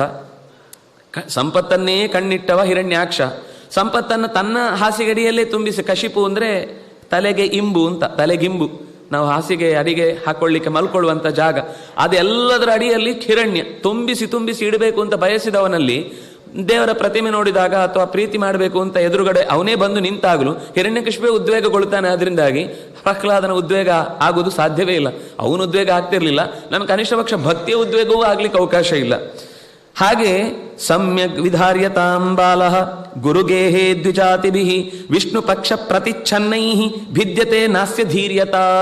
ವಿಷ್ಣು ಪಕ್ಷಕ್ಕೆ ಸಂಬಂಧಪಟ್ಟ ಯಾವ ವ್ಯಕ್ತಿಯ ಸಂಬಂಧವೂ ಅವನಿಗೆ ಎಲ್ಲಿಯೂ ಕೂಡ ಈತನ ಧೀಹಿ ಬುದ್ಧಿ ಹೇಗೆ ಹಾಳಾಗದೆ ಇರುವಂತೆ ನೀವು ನೋಡ್ಕೊಳ್ಬೇಕು ಅಂತಂದ್ರೆ ಅಂಥವರ ನೆರಳು ಕೂಡ ಇವನ ಹತ್ರಕ್ಕೆ ಬೀಳಬಾರ್ದು. ಹಾಗೆ ಇವನಿಗೆ, ಯಾಕೆಂದ್ರೆ ಒಂದು ಸರ್ತಿ ಕರೆಸಿ ಎಲ್ಲ ವಿಚಾರ ಕೇಳಿದಾಗ ಅವನು ಎಲ್ಲವನ್ನು ಮಾಡುವವನು ಭಗವಂತನೇ, ಅವನೇ ಎಲ್ಲವನ್ನು ನಡೆಸುವವನು. ಬಹಳ ಚೆನ್ನಾಗಿರುವ ಒಂದು ಸುಮಾರು 42 ಶ್ಲೋಕದ ಒಂದು ಗೀತ ಇದೆ. ಅದನ್ನು ಭಗವಂತ ಹೇಳ್ತಾನೆ, ಯಾರು ನೀನು ಹಾಡಿದ ಈ ಗೀತೆಯನ್ನು ಚೆನ್ನಾಗಿ ಹಾಡಿ ಅಭ್ಯಾಸ ಮಾಡ್ತಾನೋ ಅವನಿಗೆ ಬದುಕಿನಲ್ಲಿ ನನ್ನ ಅನುಗ್ರಹ ವಿಶೇಷವಾಗಿ ಆಗುತ್ತೆ ಅಂತ. ಹಾಗೆ ಭಗವಂತನ ಎಚ್ಚರವನ್ನ ತರಬಹುದಾದ ಅವಕಾಶಗಳು ಎಲ್ಲಿಯಾದ್ರಿದ್ದೆ ಅದನ್ನು ಅವನಿಗೆ ಸಿಗದ ಹಾಗೆ ಮಾಡಿಕೊಳ್ಳಿ. ಚಂಡಾಮರ್ಕರ ಆದೇಶದಂತೆ ಅವನಿಗೆ ಆಮೇಲೆ ಕೇವಲ ಅರ್ಥಕಾಮಗಳ ಬಗ್ಗೆ ಮಾತ್ರ ತಿಳುವಳಿಕೆ ಬರುವ ಹಾಗೆ ಲೌಕಿಕವಾದ ಚಿಂತನೆ ಇರಬೇಕು ಹೊತ್ತು ಅಲೌಕಿಕವಾದ ಚಿಂತನೆಯನ್ನು, ಶಾಸ್ತ್ರದ ಅನುಭೂತಿಯನ್ನು ಅವನಿಗೆ ಆ ಪರಿಸರದಲ್ಲಿ ಹೇಳಿ ಕೊಡಬಾರದು ಅಂತ ನಿರಾಕರಣೆಯಾಗತ್ತೆ. ಈ ನಂತರದಲ್ಲಿ ಅವನು ಬೈಯುವ ಶಬ್ದ ಬಹಳ ಚೆನ್ನಾಗಿದೆ. ಆ ಚಂಡಾಮರ್ಕರನ್ನು ಬೈತಾನೆ, ಬ್ರಹ್ಮಬಂಧೋ ಕಿಮೇ ತತ್ತೆ ವಿಪಕ್ಷಾಶ್ರಯತಾ ಸತ ಅಸಾರಂ ಗ್ರಾಹಿತೋ ಬಾಲಃ. ಬ್ರಹ್ಮಬಂಧೋ ಅಂತ ಬೈಯುವುದು. ಬ್ರಾಹ್ಮಣ ಅಲ್ಲ ನೀನು, ಅಂದ್ರೆ ಭಗವಂತನನ್ನು ಬಿಟ್ಟವನು ಬ್ರಹ್ಮಬಂಧು ಅಂತ ಅವನಿಗೂ ಗೊತ್ತಿದೆ, ಅದನ್ನೇ ಶಬ್ದ ಪ್ರಯೋಗ ಮಾಡ್ತೇನೆ. ನೀನು ದೇವರ ಬಗ್ಗೆ ತಿಳಿಸಬಾರದು ಅಂತ ಹೇಳುವುದಕ್ಕೇನೆ ನಾನು ನಿನ್ನನ್ನು ಆ ಸ್ಥಾನಕ್ಕೆ ಕೂಡಿಸಿದ್ದು. ಅಂದ್ರೆ ಅವರು ಕೂಡ ತಮ್ಮ ನಿತ್ಯ ಅನುಷ್ಠಾನ ಜಪ ತಪ ಎಲ್ಲ ಬಿಟ್ಟಿದ್ದಾರೆ ಇವನ ಬೆದರಿಕೆಗೆ. ಅದು ನಿಮಗೆ ಬ್ರಹ್ಮ ಬಂಧುಗಳಾಗ್ಬಿಟ್ಟಿದ್ದಾರೆ. ವಿಪಕ್ಷಾಶ್ರಯತ ಅಸತ, ವಿಪಕ್ಷವನ್ನೇ ಆಶ್ರಯಿಸುವಂತೆ ಈತನ ವರ್ತನೆಗಳು ಕಾಣ್ತಾ ಇದೆ. ನೀವೇನು ಅಸಾರಂ ಗ್ರಾಹಿತ, ಯಾವುದು ಸಾರಭೂತವಾದದ್ದು, ಯಾಕೆಂದ್ರೆ ಅವರಿಗೆ ಅದೇ ಸಾರ. ಈ ಸಂಪತ್ತೇ ಸಾರ, ಬಯಕೆಗಳನ್ನು ಈಡೇರಿಸಿಕೊಳ್ಳೋದು ಸ್ವೇಚ್ಛಾಚಾರವೇ ಸಾರ. ಅದನ್ನು ಹಿಡ್ಕೊಳ್ತಾ ಇಲ್ಲ ಇವನು. ನಾನು ಹೇಳ್ತಾ ಇದ್ದೇನೆ, ಭೋಗಿಸು, ಬೇಕಾದಷ್ಟು ಇಲ್ಲಿ ಕುಡಿ, ತಿನ್ನು, ಕುಣಿ, ಏನ್ ಬೇಕಾದ್ರೂ ಮಾಡು. ಅದು ಬಿಟ್ಟು ಅವನು ಮತ್ತೆ ಹೋಗಿ ಚಿಟಕಿ ಹಿಡ್ಕೊಂಡು ಕೂತ್ಕೊಂಡು ರಾಮ ರಾಮ ಕೃಷ್ಣ ಕೃಷ್ಣ ಹರಿ ಹರಿ ಅಂತ ಕೂತ್ಕೊಂಡಿದ್ದಾನೆ. ಇವನು ಏನ್ ಮಾಡಬೇಕು? ನೀವು ಪಾಠ ಸರಿ ಕಲಿಸ್ತಾ ಇಲ್ಲ, ಇವನು ಹಾಳಾಗ್ತಾ ಇದ್ದಾನೆ. ನಮ್ಮ ತಂದೆ ತಾಯಿಗಳು ಹಾಗೆ ಹೇಳುದು. ಶಿಬಿರಕ್ಕೆ ಹೋಗಿ ಬಂದು ಮನೆಯಲ್ಲಿ ಅಕಸ್ಮಾತ್ ಅವನು ಊಟದಲ್ಲಿ ಮೌನವಾಗಿರ್ತಾನೆ, ಅಥವಾ ಅಲ್ಲಿ ಹೊರಗೆ ತಿನ್ನಲ್ಲ, ಇಲ್ಲಿ ತಿನ್ನಲ್ಲ, ನಾನು ಚೂರು ಏಕಾದಶಿ ಮಾಡ್ತೇನೆ ಅಂದ್ರೆ ಎಲ್ಲ ಹಿರಣ್ಯಕಶಿಪುಗಳು ಎದ್ದು ಬಿಡ್ತಾರೆ. ನಾನು ಬಿಡುದಿಲ್ಲ, ನನ್ನ ಮಗ ಹೀಗಾಗಬಾರ್ದು, ಇದೆಲ್ಲ 60ರ ನಂತರ, ಈಗಾಗುದಲ್ಲ, ಆಮೇಲೆ ನೋಡ್ಕೊಳ್ಳಿ, ನೀವೇನ್ರಿ ತಲೆ ಕೆಡಿಸಿದಿರಿ ಅಂತ ಶಿಬಿರದಲ್ಲಿ ನಮಗೆ ಬಂದು ಬೈತಿದ್ರು. ಉಪವಾಸದ ನಡುವೆ ಏನಾದ್ರು ಒಂದು ಶಿಬಿರ ಬಂತು ಅಂದ್ರೆ ಈ ಉಪವಾಸದ ಬಗ್ಗೆ ಏನೋ ಪಾಪ ಅಧ್ಯಾಪಕರು ಹೇಳಿ ಮುಗಿಸೋರು. ಆ ಮಗು ಮನೆಯಲ್ಲಿ ಹೋಗಿ ನಾನು ತಿನ್ನಲ್ಲ, ನಾನು ಉಪವಾಸ, ನಮ್ಮ ಗುರುಗಳು ಹೇಳಿದ್ದಾರೆ ಅಂತ ಹಠ ಹಿಡಿದ್ರೆ ವಾಪಸ್ ಬಂದು ಮರು ದಿವಸ ನೀವೇನ್ ಮಾಡ್ತಿದ್ರಿ, ಶಾಲೆಗೆ ಹೋದ್ರೆ ನೀವು ಬರ್ತೀರಲ್ಲ ನೋಡ್ಕೊಳ್ಳಿಕ್ಕೆ, ಎಲ್ಲ ತಲೆ ತಿರುಗಿ ಬಿದ್ದರೆ ಅಲ್ಲ, ಆ ಮಗುವಿಗೆ ಇಷ್ಟಪಟ್ಟು ಅದು ಮಾಡ್ತಾ ಇದೆ ಅಂತಂದ ಖಂಡಿತ ಅದಕ್ಕೇನೂ ಆಗಲ್ಲ. ಯಾರು ಇಲ್ಲಿ ತನಕ ಏಕಾದಶಿ ಉಪವಾಸ ಮಾಡಿ ಸತ್ತದ್ದು ಅಂತ ಒಂದು ಉಲ್ಲೇಖ ಇಲ್ಲ. ಬೇಕಾದ್ರೆ ತಿಂದು ಸತ್ರು ಅಂತ ಕೇಳಿ, ಆದ್ರೆ ತಿನ್ನದೇ ಸತ್ರು ಅಂತ ಅನ್ನೋದಿಲ್ಲ. ಅದರಿಂದಾಗಿ ಏನು ಹೇಳಿದ್ರು ವಿಶ್ವಾಸ ಇಲ್ಲ. ಯಾಕೆಂದ್ರೆ ಆ ಹಿರಣ್ಯಕಶಿಪು ಎಷ್ಟು ಜಾಗೃತವಾಗಿರುತ್ತೆ ಅಂದ್ರೆ ತಡಿಲಿಕ್ಕೆ ಬಿಡಲ್ಲ. ಸುನೀತಿ ಅಂತ ತಾಯಿ ಸಿಗುದು ಬಹಳ ಕಷ್ಟ, ಲಕ್ಷ್ಮಣನ ತಾಯಿ ಅಂತವಳು ಸಿಗುದು ಬಹಳ ಕಷ್ಟ. ಅದರಿಂದಾಗಿ ಅಂತಹ ಆಲೋಚನೆಗಳನ್ನು ಅವನು ಆಗಲೇ ತುಂಬಿಟ್ಟು ಯಾವ ರೀತಿಯಿಂದಲೂ ಇವನಿಗೆ ಧಾರ್ಮಿಕ ಶಿಕ್ಷಣ ಸಿಗಬಾರದು ಅನ್ನುವುದನ್ನ ಒತ್ತಾಯಪಡಿಸಿ ಅಲ್ಲಿ ಪರಿಸರವೂ ಕೂಡ ಅದಕ್ಕೆ ವಿರುದ್ಧವಾಗಿರುವಂತೆ ಮಾಡ್ತಾನೆ. ಆಗ ಅವರು ಹೇಳ್ತಾರೆ, ನಾವು ಯಾವ ರೀತಿಯಿಂದಲೂ ಕಷ್ಟಪಟ್ಟರು ಇವನನ್ನು ಸರಿ ಮಾಡ್ಲಿಕ್ಕೆ ಆಗ್ತಲ್ಲ. ಅವರೇ ಪಾಠದಲ್ಲಿ ಬಹಳ ಚೆನ್ನಾಗಿರುತ್ತೆ. ಅವ್ರು ಪಾಠ ಮಾಡಿದ್ಮೇಲೆ ಅವನು ವಾಪಸ್ ಪ್ರಶ್ನೆ ಕೇಳೋನು, ಧರ್ಮ ಮೂಲ ಅಲ್ಲದೆ ನೀವು ಇದನ್ನೆಲ್ಲ ನಡೆಸಿದ್ರೆ ಅದು ಕೊನೆಗೆ ಎಲ್ಲಿ ಬಂದು ನಿಲ್ಲತ್ತೆ? ಸೀದಾ ನಿಮ್ಮ ರಾಜನ ಹತ್ರ ನಿಲ್ಲತ್ತೆ. ಈಗ ತಪ್ಪು ಮಾಡಿದ್ದನ್ನ ಪ್ರಶ್ನಿಸುವುದು ರಾಜನ ಕರ್ತವ್ಯ. ರಾಜನೇ ತಪ್ಪು ಮಾಡಿದ್ರೆ ಒಬ್ಬ ಪ್ರಶ್ನಿಸುವವನು ಬೇಕಲ್ವಾ? ರಾಜ ಹಾಗೆ ತಪ್ಪು ಮಾಡುವುದಿಲ್ಲ. ಯಾರು ಹೇಳಿದ್ದು? ತಪ್ಪಾಗಿದ್ರಿಂದ ತಾನೇ ಈ ಎಲ್ಲ ಅನರ್ಥಗಳನ್ನು ನಾವು ನೋಡ್ತಾ ಇದ್ದೇವೆ. ಅವನು ತಪ್ಪು ಮಾಡಿದ್ದಾನೆ ಅಂತ ಅನ್ನೋದನ್ನು ಇಟ್ಟುಕೊಂಡೇ ನಾವು ಅದಕ್ಕಿಂತ ಎತ್ತರದ ಶಕ್ತಿ ಒಂದು. ಯಾಕೆಂದ್ರೆ ಅವನಿಗೆ ಅವನ ಅರಮನೆಯ ಪರಿಸರದಲ್ಲಿ ಬಿಟ್ಟರೆ ಇಲ್ಲೇನಾಗ್ತಾ ಇದೆ ಅಂತ ನೀವು ಹೇಳಿದ್ರೆ ಗೊತ್ತಾಗುತ್ತಾನೆ. ನಾನೇನ್ ಮಾಡ್ತಾ ಇದ್ದೇನೆ ನೀವು ಹೇಳಿದ್ದು ನೈಸರ್ಗಿಕೀಯಂ ಮತಿರಸ್ಯ ರಾಜನೇ ನಾವೇನು ಹೇಳಿಕೊಡ್ತಾ ಇಲ್ಲ. ಇವನಿಗೂ ಇದ್ದಕ್ಕಿದ್ದಾಗ ಒಳಗೆ ಅವನವನೇ ಪಾಠ ಮಾಡ್ತಾನೆ. ನಾವು ಕ್ಲಾಸಲ್ಲಿ ಎಲ್ಲ ಪಾಪ ಮಕ್ಕಳ ತಲೆಯಲ್ಲಿ ಧರ್ಮ ಅರ್ಥ ಇದು ಅಲ್ಲ, ಅರ್ಥ ಕಾಮಗಳೇ ಮುಖ್ಯ, ಇನ್ನು ಉಳಿದದ್ದು ಯಾವುದು ಮುಖ್ಯ ಅಲ್ಲ ಅಂತ ನಾವು ಕ್ಲಾಸ್ ಮುಗಿಸಿ ಆ ಕಡೆ ಹೋದಾಗ ಇವನು ಹುಡುಗರು ಅಲ್ಲಿ ತನಕ ನಿದ್ದೆ ಹೊಡಿತಾ ಇದ್ದವರು ಅಥವಾ ನಮ್ಮನ್ನೇ ವಾಪಸ್ಸು ಗಲಾಟೆ ಮಾಡ್ಕೊಂಡು ಬೈತಾ ಇದ್ದವರು ನಾವು ಆಚೆ ಹೋದಾಗ ಪ್ರಹ್ಲಾದನನ್ನ ಸುತ್ತು ಹಾಕಿಕೊಂಡು ಅವನ ಹತ್ರ, ಯಾಕಂದ್ರೆ ಇವನು ಒಂದು ಪ್ರಶ್ನೆ ಮಾಡ್ತಿದ್ದ, ಅದಕ್ಕೆ ಅವ್ರಿಗೆ ಉತ್ತರ ಕೊಡ್ಲಿಕ್ಕೆ ಆಗ್ತಿಲ್ಲ, ಸುಮ್ಮನೆ ಆಗ್ಬಿಡ್ತಿದ್ರು. ಅಂದ್ರೆ ಇವನಿಗೆ ಉತ್ತರ ಗೊತ್ತಿದೆ ಅಂತ ಅವ್ರಿಗೆ ಅರ್ಥ ಆಗ್ತಿತ್ತು. ಆಮೇಲೆ ಕೂತ್ಕೊಂಡು ಇವನ ಹತ್ರ ಚರ್ಚೆ ಮಾಡಿದಕ್ಕೆಲ್ಲ ಉತ್ತರ ತಿಳ್ಕೊಡ್ತಿದ್ರು. ಹೀಗೆ ಅವನೇ ಎಲ್ಲರನ್ನ ನಾವು ಎಲ್ಲ ಸರಿ ಮಾಡಿಟ್ರೆ ಅವನು 1 ನಿಮಿಷದಲ್ಲಿ ಎಲ್ಲ ಮತ್ತೆ ಮೊದಲಿನಂತೆ ಮಾಡಿಬಿಡ್ತಿದ್ದ. ನಮ್ಮ ಎಲ್ಲಾ ಆಲೋಚನೆಗಳು ಅವನಿರುವ ತನಕ ಏನು ಮಾಡ್ಲಿಕ್ಕೆ ಸಾಧ್ಯ ಆಗ್ತಾ ಇಲ್ಲ ಅಂತ ಹೀಗೆ ದೂರು ಚಂಡಾಮರ್ಕರು ಕೊಟ್ಟ ಬಳಿಕ ಹುಡುಗರಿಗೆ ಉಪದೇಶದ ಮಾತುಗಳು ಬಹಳ ಚೆನ್ನಾಗಿದೆ. ಅಲ್ಲಿ ಅವನು ಹೇಳ್ತಾನೆ, ಕೌಮಾರೇ ಆಚರೇತ್ ಪ್ರಾಜ್ಞ ಧರ್ಮಾನ್ ಭಾಗವತಾನ್ ಇಹ ದುರ್ಲಭಂ ಮಾನುಷಂ ಜನ್ಮ. ನೀವು ಮನುಷ್ಯರಾಗಿ ಹುಟ್ಟುವುದೇ ಅಂದರೆ ಈ ಶರೀರ ಸಿಗುವುದೇ ಬಹಳ ಕಷ್ಟದ ಕೆಲಸ. ಚಿಕ್ಕ ಮಕ್ಕಳಿದ್ದಾಗಲೇ ನಾವು ಮಕ್ಕಳಿಗೆ ಅಂತಹ ಶಿಕ್ಷಣವನ್ನು ಕೊಡಬೇಕು ಹೊರತು ನೆಟ್ಟಗಾದ ಮೇಲೆ ಬಗ್ಗಿಸ್ತೇವೆ ಅಂತಂದರೆ ಮುರಿದು ಹೋಗುತ್ತೆ ಹೊರತು, ಅದು ರಿವೋಲ್ಟ್ ಆಗುತ್ತೆ ಹೊರತು ಅರ್ಥ ಮಾಡಿಕೊಳ್ಳುವ ಶಕ್ತಿ ಅದಕ್ಕಿಲ್ಲ. ಪ್ರಹ್ಲಾದನ ಅಷ್ಟು ಮಾತುಗಳು ಒಂದೊಂದು ಕೂಡ ಮತ್ತೆ ಮತ್ತೆ ಮನನೀಯವಾದ ಸಂಗತಿಗಳು. ಈ ಮಾತುಗಳನ್ನೆಲ್ಲ ಅವರಿಗೆ ಭಾರಿ ಆನಂದ. ಇವನು ಹೇಳ್ತಾ ಇದ್ದಾನೆ ಅಂದರೆ ಬೇರೆ ಎಲ್ಲ ಕ್ಲಾಸ್ಗಳಿಗೂ ಬಂಕ್, ಯಾವ ಕ್ಲಾಸಿಗೂ ಹೋಗ್ಲಿಕ್ಕಿಲ್ಲ. ಏನು ಅಂದರೆ ಪ್ರಹ್ಲಾದನ ಕ್ಲಾಸ್ ಆಗ್ತಾ ಇದೆ ಅಂತ. ಅವನು ಭಜನೆ ಮಾಡಿಸ್ತಿದ್ದ, ಒಂದಿಷ್ಟು ಹಾಡು ಹೇಳಿಸ್ತಿದ್ದ, ಒಂದಿಷ್ಟು ಗೀತೆಗಳನ್ನು ಹಾಡುವುದರ ಜೊತೆಗೆ ನೃತ್ಯ ಮಾಡಿಸ್ತಿದ್ದ. ಹುಡುಗರಿಗೆ ಇದೆಲ್ಲ ಹೊಸ್ತು. ಇಲ್ಲಿ ತನಕ ಏನೋ ಅಫೀಮ್ ತಗೊಂಡೇ ನಶೆಯಲ್ಲಿ ಇದ್ದವರಿಗೆ ಇದೊಂಥರದ ಹೊಸ ನಶೆ. ಆದರೆ ಈ ನಶೆಯಲ್ಲಿ ಆನಂದ ಮತ್ತೆ ಬಹಳ ಹೊತ್ತಿರುತ್ತೆ. ನಿರಂತರ ಅದು ಮನಸ್ಸಿಗೆ ಅದು ಕುಡಿದು ಎಷ್ಟೋ ಹೊತ್ತಾದ್ಮೇಲೆ ಇಳಿದೋಗ್ತಿತ್ತು ಮದ್ಯಪಾನ ಮಾಡಿದ್ದು. ಆದರೆ ಇದು ಒಂದು ಆನಂದದ ತುದಿಗೆ ಅವರನ್ನು ಕರ್ಕೊಂಡು ಹೋಗ್ತಾ ಇತ್ತು. ಹಾಗಾಗಿ ಹುಡುಗರು ಈ ಕ್ಲಾಸನ್ನು ಬಿಟ್ಟೇ ಬಿಡುತ್ತಿದ್ರು. ಕೊನೆಗೆ ಅವನ ಮೇಲೆ ಅವನಿಗೆ ಕೋಪ ಜಾಸ್ತಿ ಆಯ್ತು. ಈ ಸುದ್ದಿ ನಿರಂತರ ಬರ್ತಾ ಇತ್ತು. ಮತ್ತೆ ಒಂದು ಸರ್ತಿ ಕೂಡಿಸಿ ಅವನಿಗೆ ಉಪದೇಶ ಮಾಡ್ತಾನೆ. ನೋಡಪ್ಪ, ಹಾಗಲ್ಲ, ಧರ್ಮಂ ಅರ್ಥಂಚ ಕಾಮಂಚ ನಿತರಾಂಚಾನುಪೂರ್ವಶಃ ಪ್ರಹ್ಲಾದಾಯ ಊಚತೂ ರಾಜನ್. ಮತ್ತೆ ಕೂಡಿಸಿ ತಾನೇ ತೊಡೆಯಲ್ಲಿ ತ್ರೈವರ್ಗಿಕಂ, ಇದೇ ಮುಖ್ಯಪ್ಪ. ಇಲ್ಲಿ ನಾವೇನಾದರೂ ಸಂಪಾದನೆ ಮಾಡಿದರೆ ಉಂಟು, ಗಳಿಸ್ಬೇಕು, ಹೆಸರು ಗಳಿಸ್ಬೇಕು, ಹಾಗೆ ಮಾಡಬೇಕು, ಹೀಗೆ ಮಾಡಬೇಕು, ನಾನೆಲ್ಲ ನಿನಗೋಸ್ಕರ ಒದ್ದಾಡ್ತಾ ಇದ್ದೇನೆ. ಓ, ಹಾಗಾದರೆ ನೀನು ಸಾಯ್ತಿ ಇಂತಾಯ್ತು. ನೀನು ಅವಧ್ಯತ್ವ ಅವರ ಪಡ್ಕೊಂಡು ಬಂದು ನೀನು ಸಾಯುವುದಿಲ್ಲ ಅನ್ನೋ ಕಾರಣಕ್ಕೆ ತಾನೆ ಇಷ್ಟೆಲ್ಲ ದೇವತೆಗಳನ್ನು ಸೋಲಿಸಿದ್ದು, ಮೇಲಿನ ಲೋಕಗಳನ್ನು ಪಡೆದದ್ದು, ಇಲ್ಲಿ ಎಲ್ಲ ವ್ಯವಸ್ಥೆ ಮಾಡ್ತಾ ಇರೋದು. ಅಂದರೆ ನನಗೋಸ್ಕರ ಮಾಡ್ತಾ ಇದ್ರಿಂದ ಏನರ್ಥ? ನೀನು ಒಂದು ದಿವಸ ಕೈ ಜೈ ಅಂತಿ ಅಂತ ಅರ್ಥ ತಾನೆ. ಆಮೇಲೆ ಯಾಕೆ ಇದು ಒದ್ದಾಟ, ಯಾಕೆ ಈ ಹಾರಾಟ, ಯಾಕೆ ಈ ಉದ್ವೇಗ, ಯಾಕೆ ಈ ಕ್ಲಿಷ್ಟಕರವಾದಂಥ ಕಷ್ಟವನ್ನು ಮೈ ಮೇಲೆ ತಂದುಕೊಳ್ಳುವ ಅವ್ಯವಸ್ಥೆ ಅಂತ ಅವನಿಗೆ ಉತ್ತರ ಕೊಡ್ಲಿಕ್ಕೆ ಆಗಲಿಲ್ಲ. ಸಿಟ್ಟು ಬಂತು.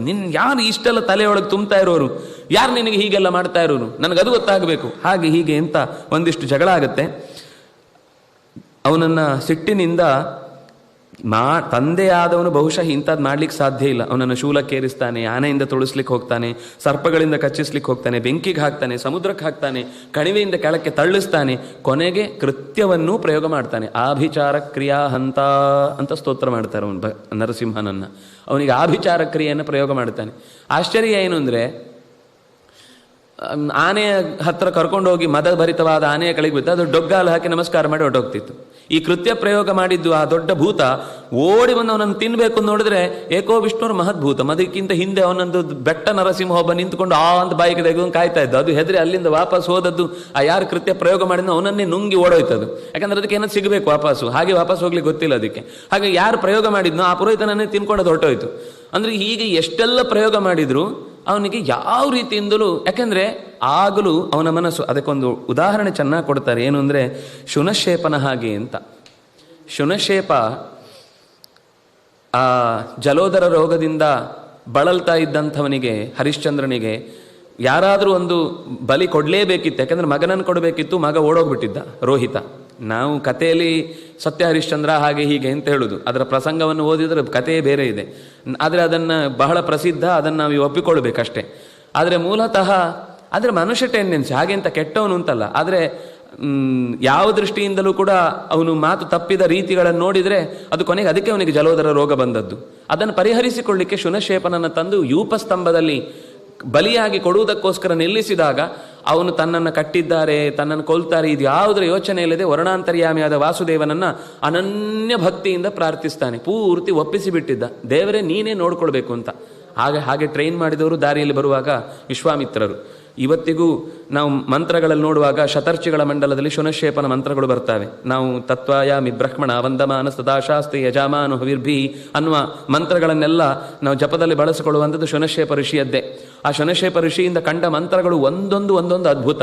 ಹಾಗೆ ಅವನು ಶುನಶೇಪ ಹೇಗೆ ಭಗವಂತನಿಗೆ ತನ್ನನ್ನು ಒಪ್ಪಿಸಿಕೊಂಡಿದ್ನೋ ಹಾಗೆ ಪ್ರಹ್ಲಾದ ಎಂಥ ಅಪಾಯದ ಸ್ಥಿತಿಗೆ ಒಡ್ಡುವಾಗಲೂ ನನ್ನನ್ನು ನಾನು ರಕ್ಷಿಸಿಕೊಳ್ಳಬೇಕು ಅನ್ನುವ ಆತಂಕವೇ ಇರಲಿಲ್ಲ ಅವನಿಗೆ. ನರಹರಿಯ ಮಡಿಲಲ್ಲಿದ್ದೇನೆ. ಹೇಗೆ ಮಗು ಝೂಗೆ ಕರ್ಕೊಂಡು ಹೋದ ತಾಯಿ ಅಕಸ್ಮಾತ್ ಅಲ್ಲಿ ಸಿಂಹ ಅಟ್ಟಿಸ್ಕೊಂಡು ಬಂದಾಗ ತಾಯಿಗೆ ಹೆದರಿಕೆ ಆಗುತ್ತೆ, ಅಲ್ಲಿ ತಾಯಿ ಬೇರೆ ದೇವರು ಬೇರೆ. ಆದರೆ ಮಗುವಿಗೇನಿರುತ್ತೆ ಅಂದರೆ ಅಮ್ಮನ ಮಡಿಲಲ್ಲಿದ್ದೇನೆ, ನನ್ನನ್ನು ಅಮ್ಮ ರಕ್ಷಿಸ್ತಾಳೆ ಅಂತ. ಆ ಥರದ ಒಂದು ನಿಷ್ಠೆ ತಾಯಿ ರಕ್ಷಿಸ್ತಾಳೆ ಅಂತ ಅನ್ನೋದು ಹೇಗೋ ಹಾಗೆ ಭಗವಂತ ನನ್ನನ್ನು ತಾಯಿಯಾಗಿ ರಕ್ಷಿಸ್ತಾನೆ ಅಂತನ್ನುವ ಹಾಗೆ ಆ ನಿರ್ವ್ಯಾಜವಾದಂತಹ ಮನಸ್ಥಿತಿಯಲ್ಲಿ ಕೂತಿದ್ದಾನೆ. ಯಾವುದೇ ಹೆಳೆ ಒಡ್ಲೂ ಇಲ್ಲ. ಹೀಗೆ ಮಾಡಿದರೆ ನಾನು ಹಾಗೆ ಮಾಡಬೇಕಾಗತ್ತೆ, ಇನ್ನೊಂದು ಬುದ್ಧಿಗೆ ಅವಕಾಶನೇ ಕೊಡಲಿಲ್ಲ. ಕಿಯಾನಿಹಾರ್ಥ, ನಾವು ವಿತರ್ಕಗಳನ್ನು ಮಾಡೋದ್ರಿಂದ ಏನು ಪ್ರಯೋಜನ ಇದೆ, ಅವನ ಉದ್ದೇಶದ ಪ್ರಕಾರ ನಡೆಯುತ್ತೆ ಅಂತ ಹೀಗೆ ಅವನು ನಿಶ್ಚಿಂತನಾಗಿದ್ದಾಗ ಪ್ರತಿ ಬಾರಿಯೂ ರಕ್ಷಿತನಾದ. ಧರ್ಮಾನ್ ಭಾಗವತಾನ್ ಇಹ, ಅದರಿಂದ ಅವನು ಏನನ್ನು ಉಪದೇಶ ಕೊಡ್ತಾ ಇದ್ನೋ ಹುಡುಗರಿಗೆ ಅದನ್ನು ಸ್ವತಃ ತನ್ನ ಜೀವನದಲ್ಲಿ ಅದೇ ರೀತಿ ನಡೆದುಕೊಂಡವ. ಕೆಲವೊಮ್ಮೆ ಹೇಳುವುದಾಗುತ್ತೆ, ಆದರೆ ಆಚರಣೆ ಮಾಡುವಾಗ ಉಪದೇಶ ಮಾಡಿದವರೇ ಅನರ್ಥಕ್ಕೀಡಾಗಿಬಿಡುತ್ತಾರೆ. ಆ ರೀತಿ ಆಗದಂತಹ ಒಂದು ಎಚ್ಚರಿಕೆ ಅವನಲ್ಲಿತ್ತು. ಅದರಿಂದಾಗಿ ದೈತೇಯಾಹ ಯಕ್ಷರಕ್ಷಾಂಸಿ ಸ್ತ್ರೀಯ ಶೂದ್ರಾವಜೌಕಸಃ ಖಗಾ ಮೃಗಾ ಪಾಪ ಜೀವ ಸಂತಿಹ್ಯಚ್ಯುತಾಂಗತಾ. ತಂದೆ ಮತ್ತೆ ಅವನನ್ನು ಕರೆಸಿ ಮತ್ತಷ್ಟು ಉಪದೇಶ ಮಾಡಿ ಹೇಳುವಾಗ ಅವನು ಹೇಳುತ್ತಾನೆ, ಭಗವಂತನನ್ನು ನಂಬಿದವರಿಗೆ ಯಾರಿಗೂ ತೊಂದರೆ ಆದದ್ದು ಅಂತಿಲ್ಲ. ನಾನು ಹೇಳ್ತೇನೆ ಅಂದರೆ ಅವನು ಹೇಳ್ತಾನೆ, ನೀನು ಬಿಡು, ನಿನ್ನ ಈ ಆಸುರ ಭಾವವನ್ನು ಬಿಡು, ಶರಣಾಗು ಭಗವಂತನಿಗೆ. ಈಗಲೂ ಕೂಡ ಅವಕಾಶ ಇದೆ. ಈ ಕ್ಷಣಕ್ಕೂ ನಿನ್ನನ್ನು ಅವನು ಉದ್ಧಾರ ಮಾಡ್ತಾನೆ. ಒಪ್ಕೊಂಡ್ಬಿಡಷ್ಟೇ. ಅವನು ಸರ್ವತಂತ್ರ ಸ್ವತಂತ್ರ. ನೀನು ಸಮಗ್ರ ದೇಶವನ್ನು ಒಪ್ಪಿಸಬೇಕಾಗಿಲ್ಲ. ಈ ಇಡೀ ಆಡಳಿತ ಅವನಿಂದಂಗೆ ನಡೀತಾ ಇದೆ ಅಂತ ಮಾನಸಿಕವಾಗಿ ಪ್ರಾಮಾಣಿಕವಾಗಿ ಒಪ್ಪಿಕೊಂಡ್ಬಿಡಷ್ಟೇ, ಉಳಿದದ್ದೆಲ್ಲವೂ ಸರಿ ಹೋಗ್ಬಿಡುತ್ತೆ ಅಂತ. ಅದಕ್ಕೆ ದೃಷ್ಟಾಂತವನ್ನು ಹೇಳ್ತಾನೆ ನೋಡು. ದೈತ್ಯರಲ್ಲಿ, ಯಕ್ಷರಲ್ಲಿ, ರಾಕ್ಷಸುಗಳಲ್ಲಿ, ಸ್ತ್ರೀಯರು, ಶೂದ್ರರು, ಯಾವುದೋ ಕಾಡಾಡಿಗಳು, ಯಾವುದೋ ಬೀಡಾಡಿಗಳು, ಯಾವುದೋ ಹಸುಕಾಯುವವರು, ಖಗಾಹ, ಮೃಗಾಹ, ಆಕಾಶದಲ್ಲಿ ಹಾರುವವುಗಳು, ನೆಲದಲ್ಲಿ ಓಡಾಡುಗಳು, ಪಾಪ ಜೀವ, ಯಾವುದೋ ಶಾಪದಿಂದಾಗಿ ಪಾಪಗ್ರಸ್ತರಾಗಿ ಹುಟ್ಟಿದ ಜೀವಿಗಳೂ ಕೂಡ ಅಚ್ಯುತತಾಂಗತಾಹ, ಅವರು ಭಗವಂತನ ಪದತಲವನ್ನು ಸೇರಿದ್ದಾರೆ, ನೆಮ್ಮದಿಯ ಸುಖವನ್ನು ಅನುಭವಿಸಿದ್ದಾರೆ. ಅವರನ್ನೂ ಭಗವಂತ ಉದ್ಧರಿಸಿದ್ದಾನೆ. ತನ್ನ ಮಡಿಲಿಗೆ ಕರ್ಕೊಂಡೋಗಿ ಅವರನ್ನು ಪ್ರೀತಿಯಿಂದ, ತನ್ನ ಮಗು ಅಂತ ಅಷ್ಟು ಪ್ರೀತಿಯಿಂದ ನೋಡ್ಕೊಂಡಿದ್ದಾನೆ. ನೀನು ಕೂಡ ಬಂದರೆ ನೀನೇನೋ ಒಂದು ಜಾಸ್ತಿ ಆಗುವುದಿಲ್ಲ, ಭಾರವೇ, ನೀನೊಂದು ಜಾಸ್ತಿ ಆಗ್ತೀಯಾ, ನೀನು ಯಾವ ರೀತಿಯಿಂದಲೂ ಜಾಸ್ತಿ ಆಗೋದು ಸಾಧ್ಯ ಇಲ್ಲ ಅಂತ. ಅವನಿಗೆ ಕೋಪ ಬರುತ್ತೆ. ನಿನಗೆ ಇದ್ಯಾರು ಇಷ್ಟೆಲ್ಲ ಬಲ ತುಂಬಿದ್ದು? ನ ಕೇವಲಂ ಮೇ ಭವತಶ್ಚ ರಾಜನ್ ಸವೈಬಲಂ ಬಲಿನಾಂ ಚಾಪರೇಶಾಂ ಪರಾವರೇಮಿ ಸ್ಥಿರಜಂಗಮಾಯೇ ಬ್ರಹ್ಮಾದಯೋ ಯೇನ ವಶಂ ಪ್ರಣೀತಾಃ. ನನಗಲ್ಲಪ್ಪ, ನೀನಿಷ್ಟು ಜೋರು ಮಾಡಿ ನನ್ನ ಮೇಲೆ ಕೈ ಎತ್ತಿ ಸಿಟ್ಟು ಮಾಡ್ಕೊಳ್ತಿದ್ದಲ್ಲ, ನಿನ್ನಲ್ಲಿ ಈ ಎಲ್ಲ ಇಷ್ಟೆಲ್ಲ ಸಾಧನೆ ಆಗಿದೆ ಅಂತ ನೀನೇನೇನು ಅಂದ್ಕೊಂಡಿದೀವೋ ಆ ಬಲವು ಅವನದ್ದೇ. ನ ಕೇವಲಂ ಮೇ, ನಿನಗೂ ಭವತಶ್ಚ ರಾಜನ್, ಈ ಚತುರ್ಮುಖ ಮೊದಲಾದಂತಹ ದೇವತೆಗಳಿಂದ ವರ ಪಡೆದು ನೀನೇನು ಇಷ್ಟು ಮೆರಿತಾ ಇದ್ದಿ, ಆ ಚತುರ್ಮುಖಾದಿಗಳಿಗೆ ಸ್ಥಾನಮಾನಗಳನ್ನು ಕಲ್ಪಿಸಿ ಅವರನ್ನು ಅನುಗ್ರಹಿಸ್ತಾ ಇರೋನು ಅವನೇ. ಆದ್ರಿಂದಾಗಿ ನಾವು ಯಾರೂ ಅವನ ವಿಷಯದಲ್ಲಿ ಅವನ ಮುಂದೆ ದೊಡ್ಡವರಾಗ್ಲಿಕ್ಕೆ ಸಾಧ್ಯವೇ ಇಲ್ಲ. ಜಹಿ ಆಸುರ ಭಾವಂ ಇಮಂ, ಈ ಆಸುರ ಭಾವವನ್ನು ಬಿಟ್ಟು ಬಿಡು ಅಂತ ಹೀಗೆ ಹೇಳ್ತಾನೆ. ಆಗ ಅವನು ಏನು ಹೇಳಿದ್ರು ಕೇಳದೆ ತಕ್ಷಣವೇ ಸಿಂಹಾಸನದಲ್ಲಿ ಕೂತಿದ್ದವ ತನ್ನ ಖಡ್ಗವನ್ನು ಹಾಗೆ ಹೊರೆಯಿಂದ ಹೊರಕ್ಕೆ ತೆಗೆದು ಅದರ ಕೊನೆಯನ್ನು, ನಿನ್ನ ದೇವರು ಎಲ್ಲ ಕಡೆ ಇದ್ದಾನೆ ಅಂತ ಹೇಳುವುದಾದರೆ ನಿನ್ನನ್ನೇ ಮೊದಲು ಕೊಂದು ಬಿಡ್ತಾನೆ, ಯಾಕೆಂದರೆ ನಿನ್ನೊಳಗೆ ಸೇರ್ಕೊಂಡು ಬಹುಶಃ ನನ್ನನ್ನು ವಿರುದ್ಧವಾಗಿ ಕೆತ್ತಿ ಕಟ್ತಾ ಇದ್ದಾನೆ ಅಂತ ಹೇಳಿ ಬರುವಾಗ ಕಂಬದ ಹಿಡಿ, ಆ ಖಡ್ಗದ ಹಿಡಿಯನ್ನು ಕಂಬಕ್ಕೆ ಹಿಂದಿನಿಂದ ಹೊಡೆದು ಅವನ ಮೇಲೆ ಕತ್ತಿ ಎಸೆಯುವಾಗ ಹುಡುಗನ ಕೈ ಮುಗಿದು ಬಿಟ್ಟಿದೆ. ಕಣ್ಣಿನಲ್ಲಿ ಬೆಳಕು ಕಾಣಿಸ್ತಾ ಇದೆ, ಅದು ಕಂಬ ಒಡೆದು ಬಂದ ಬೆಳಕು. ಆನಂದದಿಂದ ಅವನು ಸ್ವೀಕರಿಸ್ತಾ ಇದ್ದಾನೆ. ಇವನಿಗೆ ಆಶ್ಚರ್ಯ, ಏನಿದು ಇವನು ಕೊಲ್ಲಿಕ್ಕೆ ಬಂದಾಗಲೂ ಹೀಗೆ ಹಿಡ್ಕೊಂಡಿದ್ದಾನೆ, ಅಂದರೆ ನನ್ನನ್ನು ಬಿಡು ಅಂತ ಕೇಳ್ತಾ ಇದ್ದಾನ ಅಂತ ಒಂದು ಕ್ಷಣ. ಆದರೆ ಕಣ್ಣಿನಲ್ಲಿ ಇನ್ನೇನು ಬೇರೆ ನೋಡ್ತಾ ಇದ್ದಾನೆ, ಇವನನ್ನು ನೋಡ್ತಾನೆ ಇಲ್ಲ. ತಿರುಗಿ ನೋಡಿದರೆ ಅಭಿಕ್ರಾಮನ್ ಪುತ್ರವಧೇಪ್ಸು ರೋಜಸ, ಅಭಿಕ್ರಾಮನ್ ಪುತ್ರವಧೇಪ್ಸು, ಮಗನನ್ನು ಕೊಂದೇ ಬಿಡುತ್ತೇನೆ ಅಂತ ಬಂದ ಆ ವೇಗದ ಪ್ರತಿವೇಗದಂತೆ ಆ ಕಂಬ ಸೀಳಿದೆ. ಸೀಳಿ ಮಧ್ಯದಿಂದ ಹೊರಟು ಬಂದಿದೆ ವಿಚಿತ್ರವಾದ ರೂಪ. ಸತ್ಯಂ ವಿಧಾತುಂ ನಿಜ ಭೃತ್ಯ ಭಾಷಿತಂ ವ್ಯಾಪ್ತಿಂಚ ಭೂತೇಶು ಅಖಿಲೇಶು ಚಾತ್ಮನಃ. ಈ ಇಡೀ ರೂಪದ ಸ್ವರೂಪ ನಮರ್ಗಂನ ಮಾನುಷಂ ಸಂಭೆ ಸಭಾಯಾಂ, ಈ ಸ್ತಂಭದ ಮಧ್ಯದಿಂದ ಸಭೆಯ ನಡುವಿನಿಂದ ಭಗವಂತನ ರೂಪ ಆವಿರ್ಭವಿಸಿತು. ಯಾಕಾಗಿ ಅಂದರೆ ನಿಜ ಭೃತ್ಯ ಭಾಷಿತಂ, ಅವನು ಹೇಳಿದ ಭಗವಂತ ಎಲ್ಲ ಕಡೆ ಇದ್ದಾನೆ ಅಂತ ಹೇಳಿದ. ಭೃತ್ಯ ನನಗೆ ಅತ್ಯಂತ ಪ್ರಿಯ. ಭೃತ್ಯ ಅಂತ ಅನ್ನೋದನ್ನು ಈಗ ಹೇಳಿದ್ದಕ್ಕೇನೆ ಮುಂದೆ ಪ್ರಹ್ಲಾದ ಇದನ್ನು ಶಬ್ದ ನೆನಪಿಟ್ಕೊಂಡು ವಾಪಸ್ ಉತ್ತರ ಕೊಡ್ತಾನೆ. ನನ್ನ ಭೃತ್ಯನಾಗಿ ಇವನು ಹೇಳಿದ ಮಾತನ್ನು ನಾನು ನಡೆಸಬೇಕು. ದೇವರು ಎಲ್ಲ ಕಡೆ ಇದ್ದಾನೆ, ಇದನ್ನು ನಾನು ಅವನಿಗೆ ತೋರಿಸ್ಬೇಕು. ಯಾಕೆಂದ್ರೆ ಅವನು ಯಾವುದನ್ನು ವಸ್ತು ಅಂತ ಗಮನಿಸುವುದಲ್ಲ, ವಸ್ತುವಿನ ಒಳಗೆ ವಸ್ತು ರೂಪನಾಗಿ ಭಗವಂತ ಇದ್ದಾನೆ. ವೇದ್ಯಂ ವಾಸ್ತವ ಮಾತ್ರ ವಸ್ತು ಶಿವದಂ, ಅವನು ವಸ್ತು ಅಂತ ಉಪಾಸನೆ ಮಾಡಿಯೇ ಪ್ರತಿಯೊಂದರಲ್ಲೂ ಭಗವಂತನನ್ನು ಕಾಣುವ ಶಕ್ತಿ ಉಳ್ಳವನಾದ್ರಿಂದಾಗಿ ಅವನಿಗೆ. ಆಮೇಲೆ ಇನ್ನು ನಿಜ ಭೃತ್ಯ ಅಂತಂದರೆ ಚತುರ್ಮುಖನ ಮಾತು ಸತ್ಯ ಆಗಬೇಕು, ಜನರ ನಂಬಿಕೆ ಸತ್ಯ ಆಗಬೇಕು. ಎಂಥ ಅಪಾಯಕ್ಕೆ ಬಂದಾಗಲೂ ದೇವರು ನಮ್ಮನ್ನು ಕೈ ಬಿಡಲ್ಲ ಅಂತ. ಹೀಗೆ ಲೋಕದಲ್ಲಿ ಎಷ್ಟೆಷ್ಟು ಜನ ಸಜ್ಜನರು ವೇದಗಳು ಹೇಳಿದ ಮಾತುಗಳು, ಋತ್ವಿಜರು ಹೇಳಿದ ಮಾತುಗಳು, ದೇವಾದಿಗಳು ಪ್ರಾರ್ಥಿಸಿದ ಮಾತುಗಳು, ಚತುರ್ಮುಖನೇ ಸ್ವತಃ ತಾನು ಕೊಟ್ಟ ವರವೂ ಕೂಡ ಸತ್ಯ ಆಗಬೇಕು ಅಂತ ಅನ್ನುವ ದೃಷ್ಟಿಯಿಂದ ಭಗವಂತ ಕಂಬ ಒಡೆದು ಹೊರಕ್ಕೆ ಬಂದು ಆತನ ದೇಹವನ್ನು ಹಾಗೆ ಅನಾಮತ್ತಾಗಿ ಎಲ್ಲ ಬಂದು ಬಿದ್ದರು. ರಾಕ್ಷಸರ ಗುಂಪು ದೊಡ್ಡ ಬೆಂಕಿಯ ರಾಶಿಗೆ ಹಾತೆಗಳು ಬಿದ್ದ ಹಾಗೆ ಒಂದು ಕ್ಷಣವೂ ಅದರ ಉಳಿಲೇ ಇಲ್ಲ.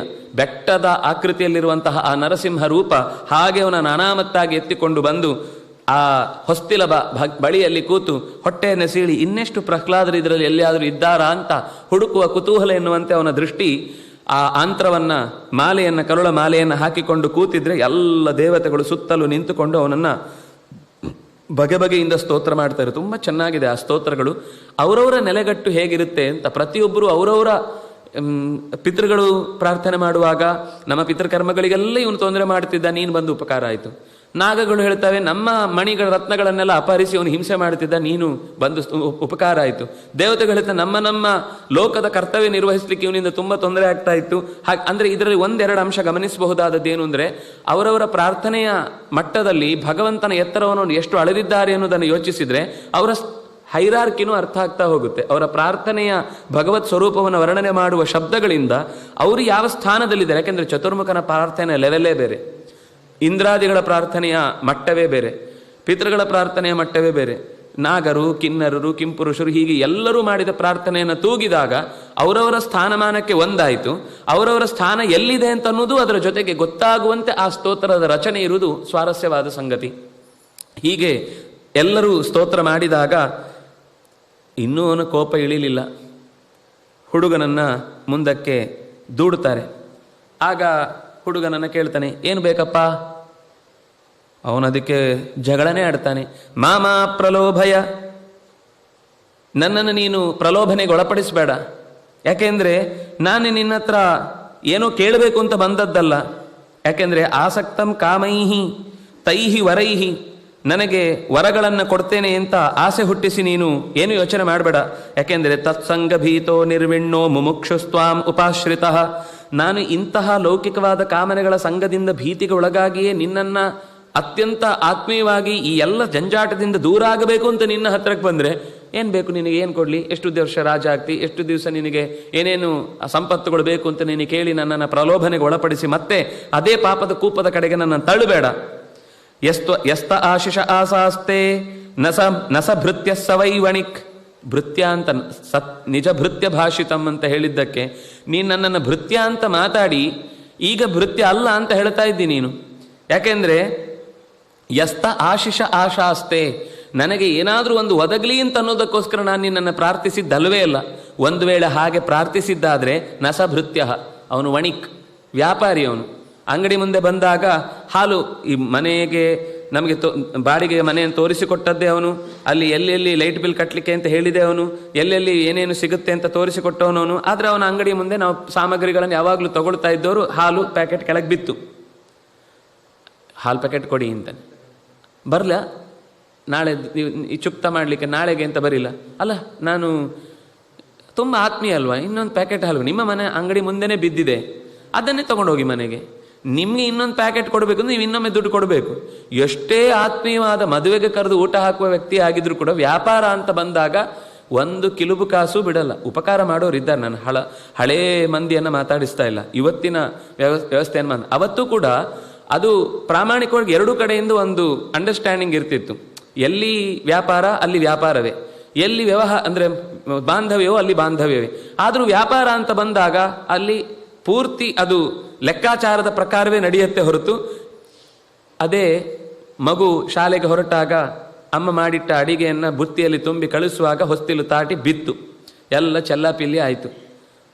ಕೂಡಲೇ ತಾಯಿ ಆ ಬುತ್ತಿ ತಗೊಂಡು ಬಂದು ತನಗೆ ಅಂತ ಉಳಿಸಿದ್ದನ್ನು ಮತ್ತೆ ವಾಪಸ್ ತುಂಬಿ ಕಳಿಸಿ, ಏನು ಮಾತಾಡೋದಿಲ್ಲ, ಮಗುಗೆ ಏನು ಹೇಳುವುದೂ ಇಲ್ಲ, ಕರ್ಕೊಂಡು ಹೋಗಿ ಶಾಲೆಗೆ ಬಿಟ್ಟು ವಾಪಸ್ ಸಂಜೆ ಬರುವಾಗ ಮತ್ತೆ ಕೇಳ್ತಾಳೆ, ತಿಂದಿಯಾ ಮಗು, ಅಲ್ಲಿಯೂ ಮತ್ತೆ ಚೆಲ್ಕೊಂಡ್ಯಾ, ಆರೋಗ್ಯ ನೋಡ್ಕೊಂಡ್ಯಾ ಅಂತ. ಇದು ಪ್ರೀತಿ, ಇದು ತಾಯಿಯ ಪ್ರೀತಿ, ಇದು ವ್ಯಾಪಾರಿಯ ಪ್ರೀತಿ.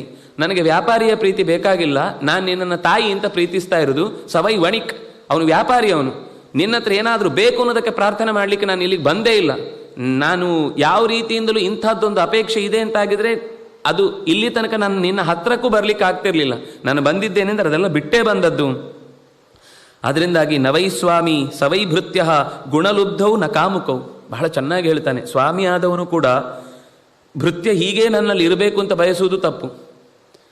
ಒಬ್ಬ ಭೃತ್ಯನಾದವನು ಸ್ವಾಮಿ ನನ್ನನ್ನು ಈ ರೀತಿ ನನಗೆ ಬೇಕಾದ್ದನ್ನೆಲ್ಲ ಆಗಾಗ ಕೊಡ್ತಾ ಇರಬೇಕು ಅಂತ ಬಯಸುವುದು ತಪ್ಪು. ಅದೊಂದು ಆಂತರಿಕ ಸಂಬಂಧ. ಅಲ್ಲಿ ಸಂಬಂಧಕ್ಕೆ ಬೆಲೆ ಕಟ್ಟಲಿಕ್ಕೆ ಅಥವಾ ಅದಕ್ಕೊಂದು ಆಕೃತಿ ಕಟ್ಟಲಿಕ್ಕೆ ಯಾವತ್ತೂ ಸಾಧ್ಯ. ಯಾಕೆಂದ್ರೆ ಅವ್ರು ಕಾಮುಕವು, ಇಬ್ಬರೂ ಪರಸ್ಪರ ಬಯಸಿಕೊಂಡ್ರೆ ಅವನು ಸ್ವಾಮಿಯೂ ಅಲ್ಲ, ಇವನು ಭೃತ್ಯನೂ ಅಲ್ಲ. ಗುಣಲುಬ್ಧವು, ಅವನು ಒಳ್ಳೆ ಕೆಲಸ ಮಾಡ್ತಾನೆ, ಅದಕ್ಕೆ ನಾನು ಅವನನ್ನು ಇಟ್ಕೊಂಡಿದ್ದೇನೆ.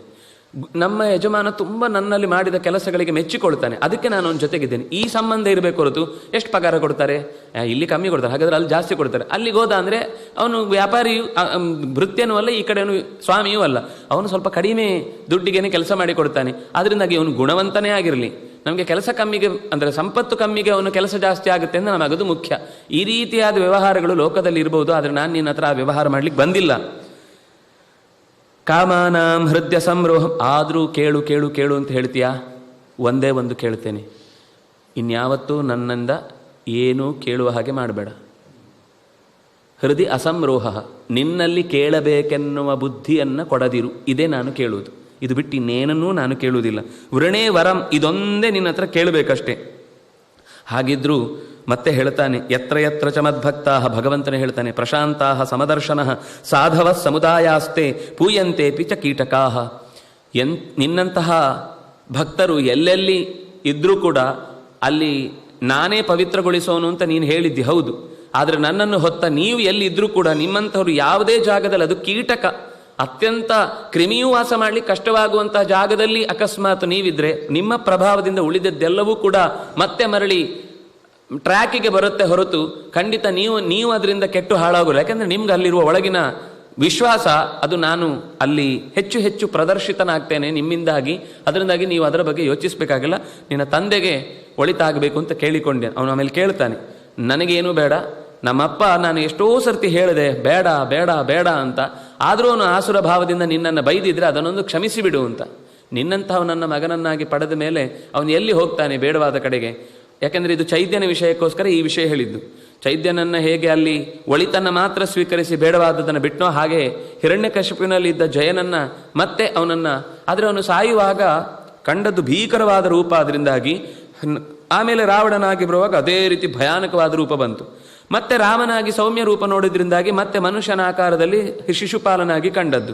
ಹೀಗೆ ಒಂದೊಂದು ಕೊನೆಯ ಕ್ಷಣದ ದರ್ಶನವೂ ಕೂಡ ಅದು ಮುಂದಿನ ಅವರ ಜನ್ಮಕ್ಕೆ ಕಾರಣವಾಯಿತು ಅಂತ ಅನ್ನೋದನ್ನು ಹೇಳಿ, ಮುಂದೆ ನಾರದರು ಮತ್ತು ಧರ್ಮರಾಜನ ಅನೇಕ ಸಂವಾದಗಳು ಬರುತ್ತೆ. ಇದಕ್ಕೆ ಕಾರಣ ಅದು ಪ್ರಹ್ಲಾದ ಮತ್ತು ಅವಧೂತನ ಸಂವಾದ.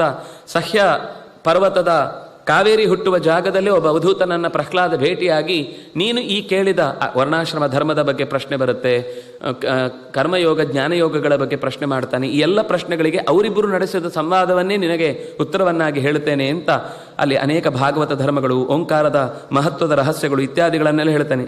ಅದರಲ್ಲಿ ಅವನು ನಾಸಚ್ಛಾಸ್ತ್ರೇಚು ಸಜ್ಜೇತ ನೋಪಜೀವೇತ ಜೀವಿಕಾಂ ಅತಿವಾದಾನ್ ತ್ಯಜೇತ್ ತರ್ಕಾನ್ ಪಕ್ಷಂ ಕಾಂಚಿನ್ನ ಸಂಶ್ರಯೇತ್ ನ ಶಿಷ್ಯಾನ್ ಅನುಬಧ್ನೀತ ಗ್ರಂಥಾನ್ ನೈವಾಭ್ಯಸೇತ್ ಬಹೂನ್ ನವ್ಯಾಖ್ಯಾಂ ಉಪಜೀವೇತ ನಾರಂಭಾನ್ ಆರಭತೆ ಕ್ವಚಿತ್.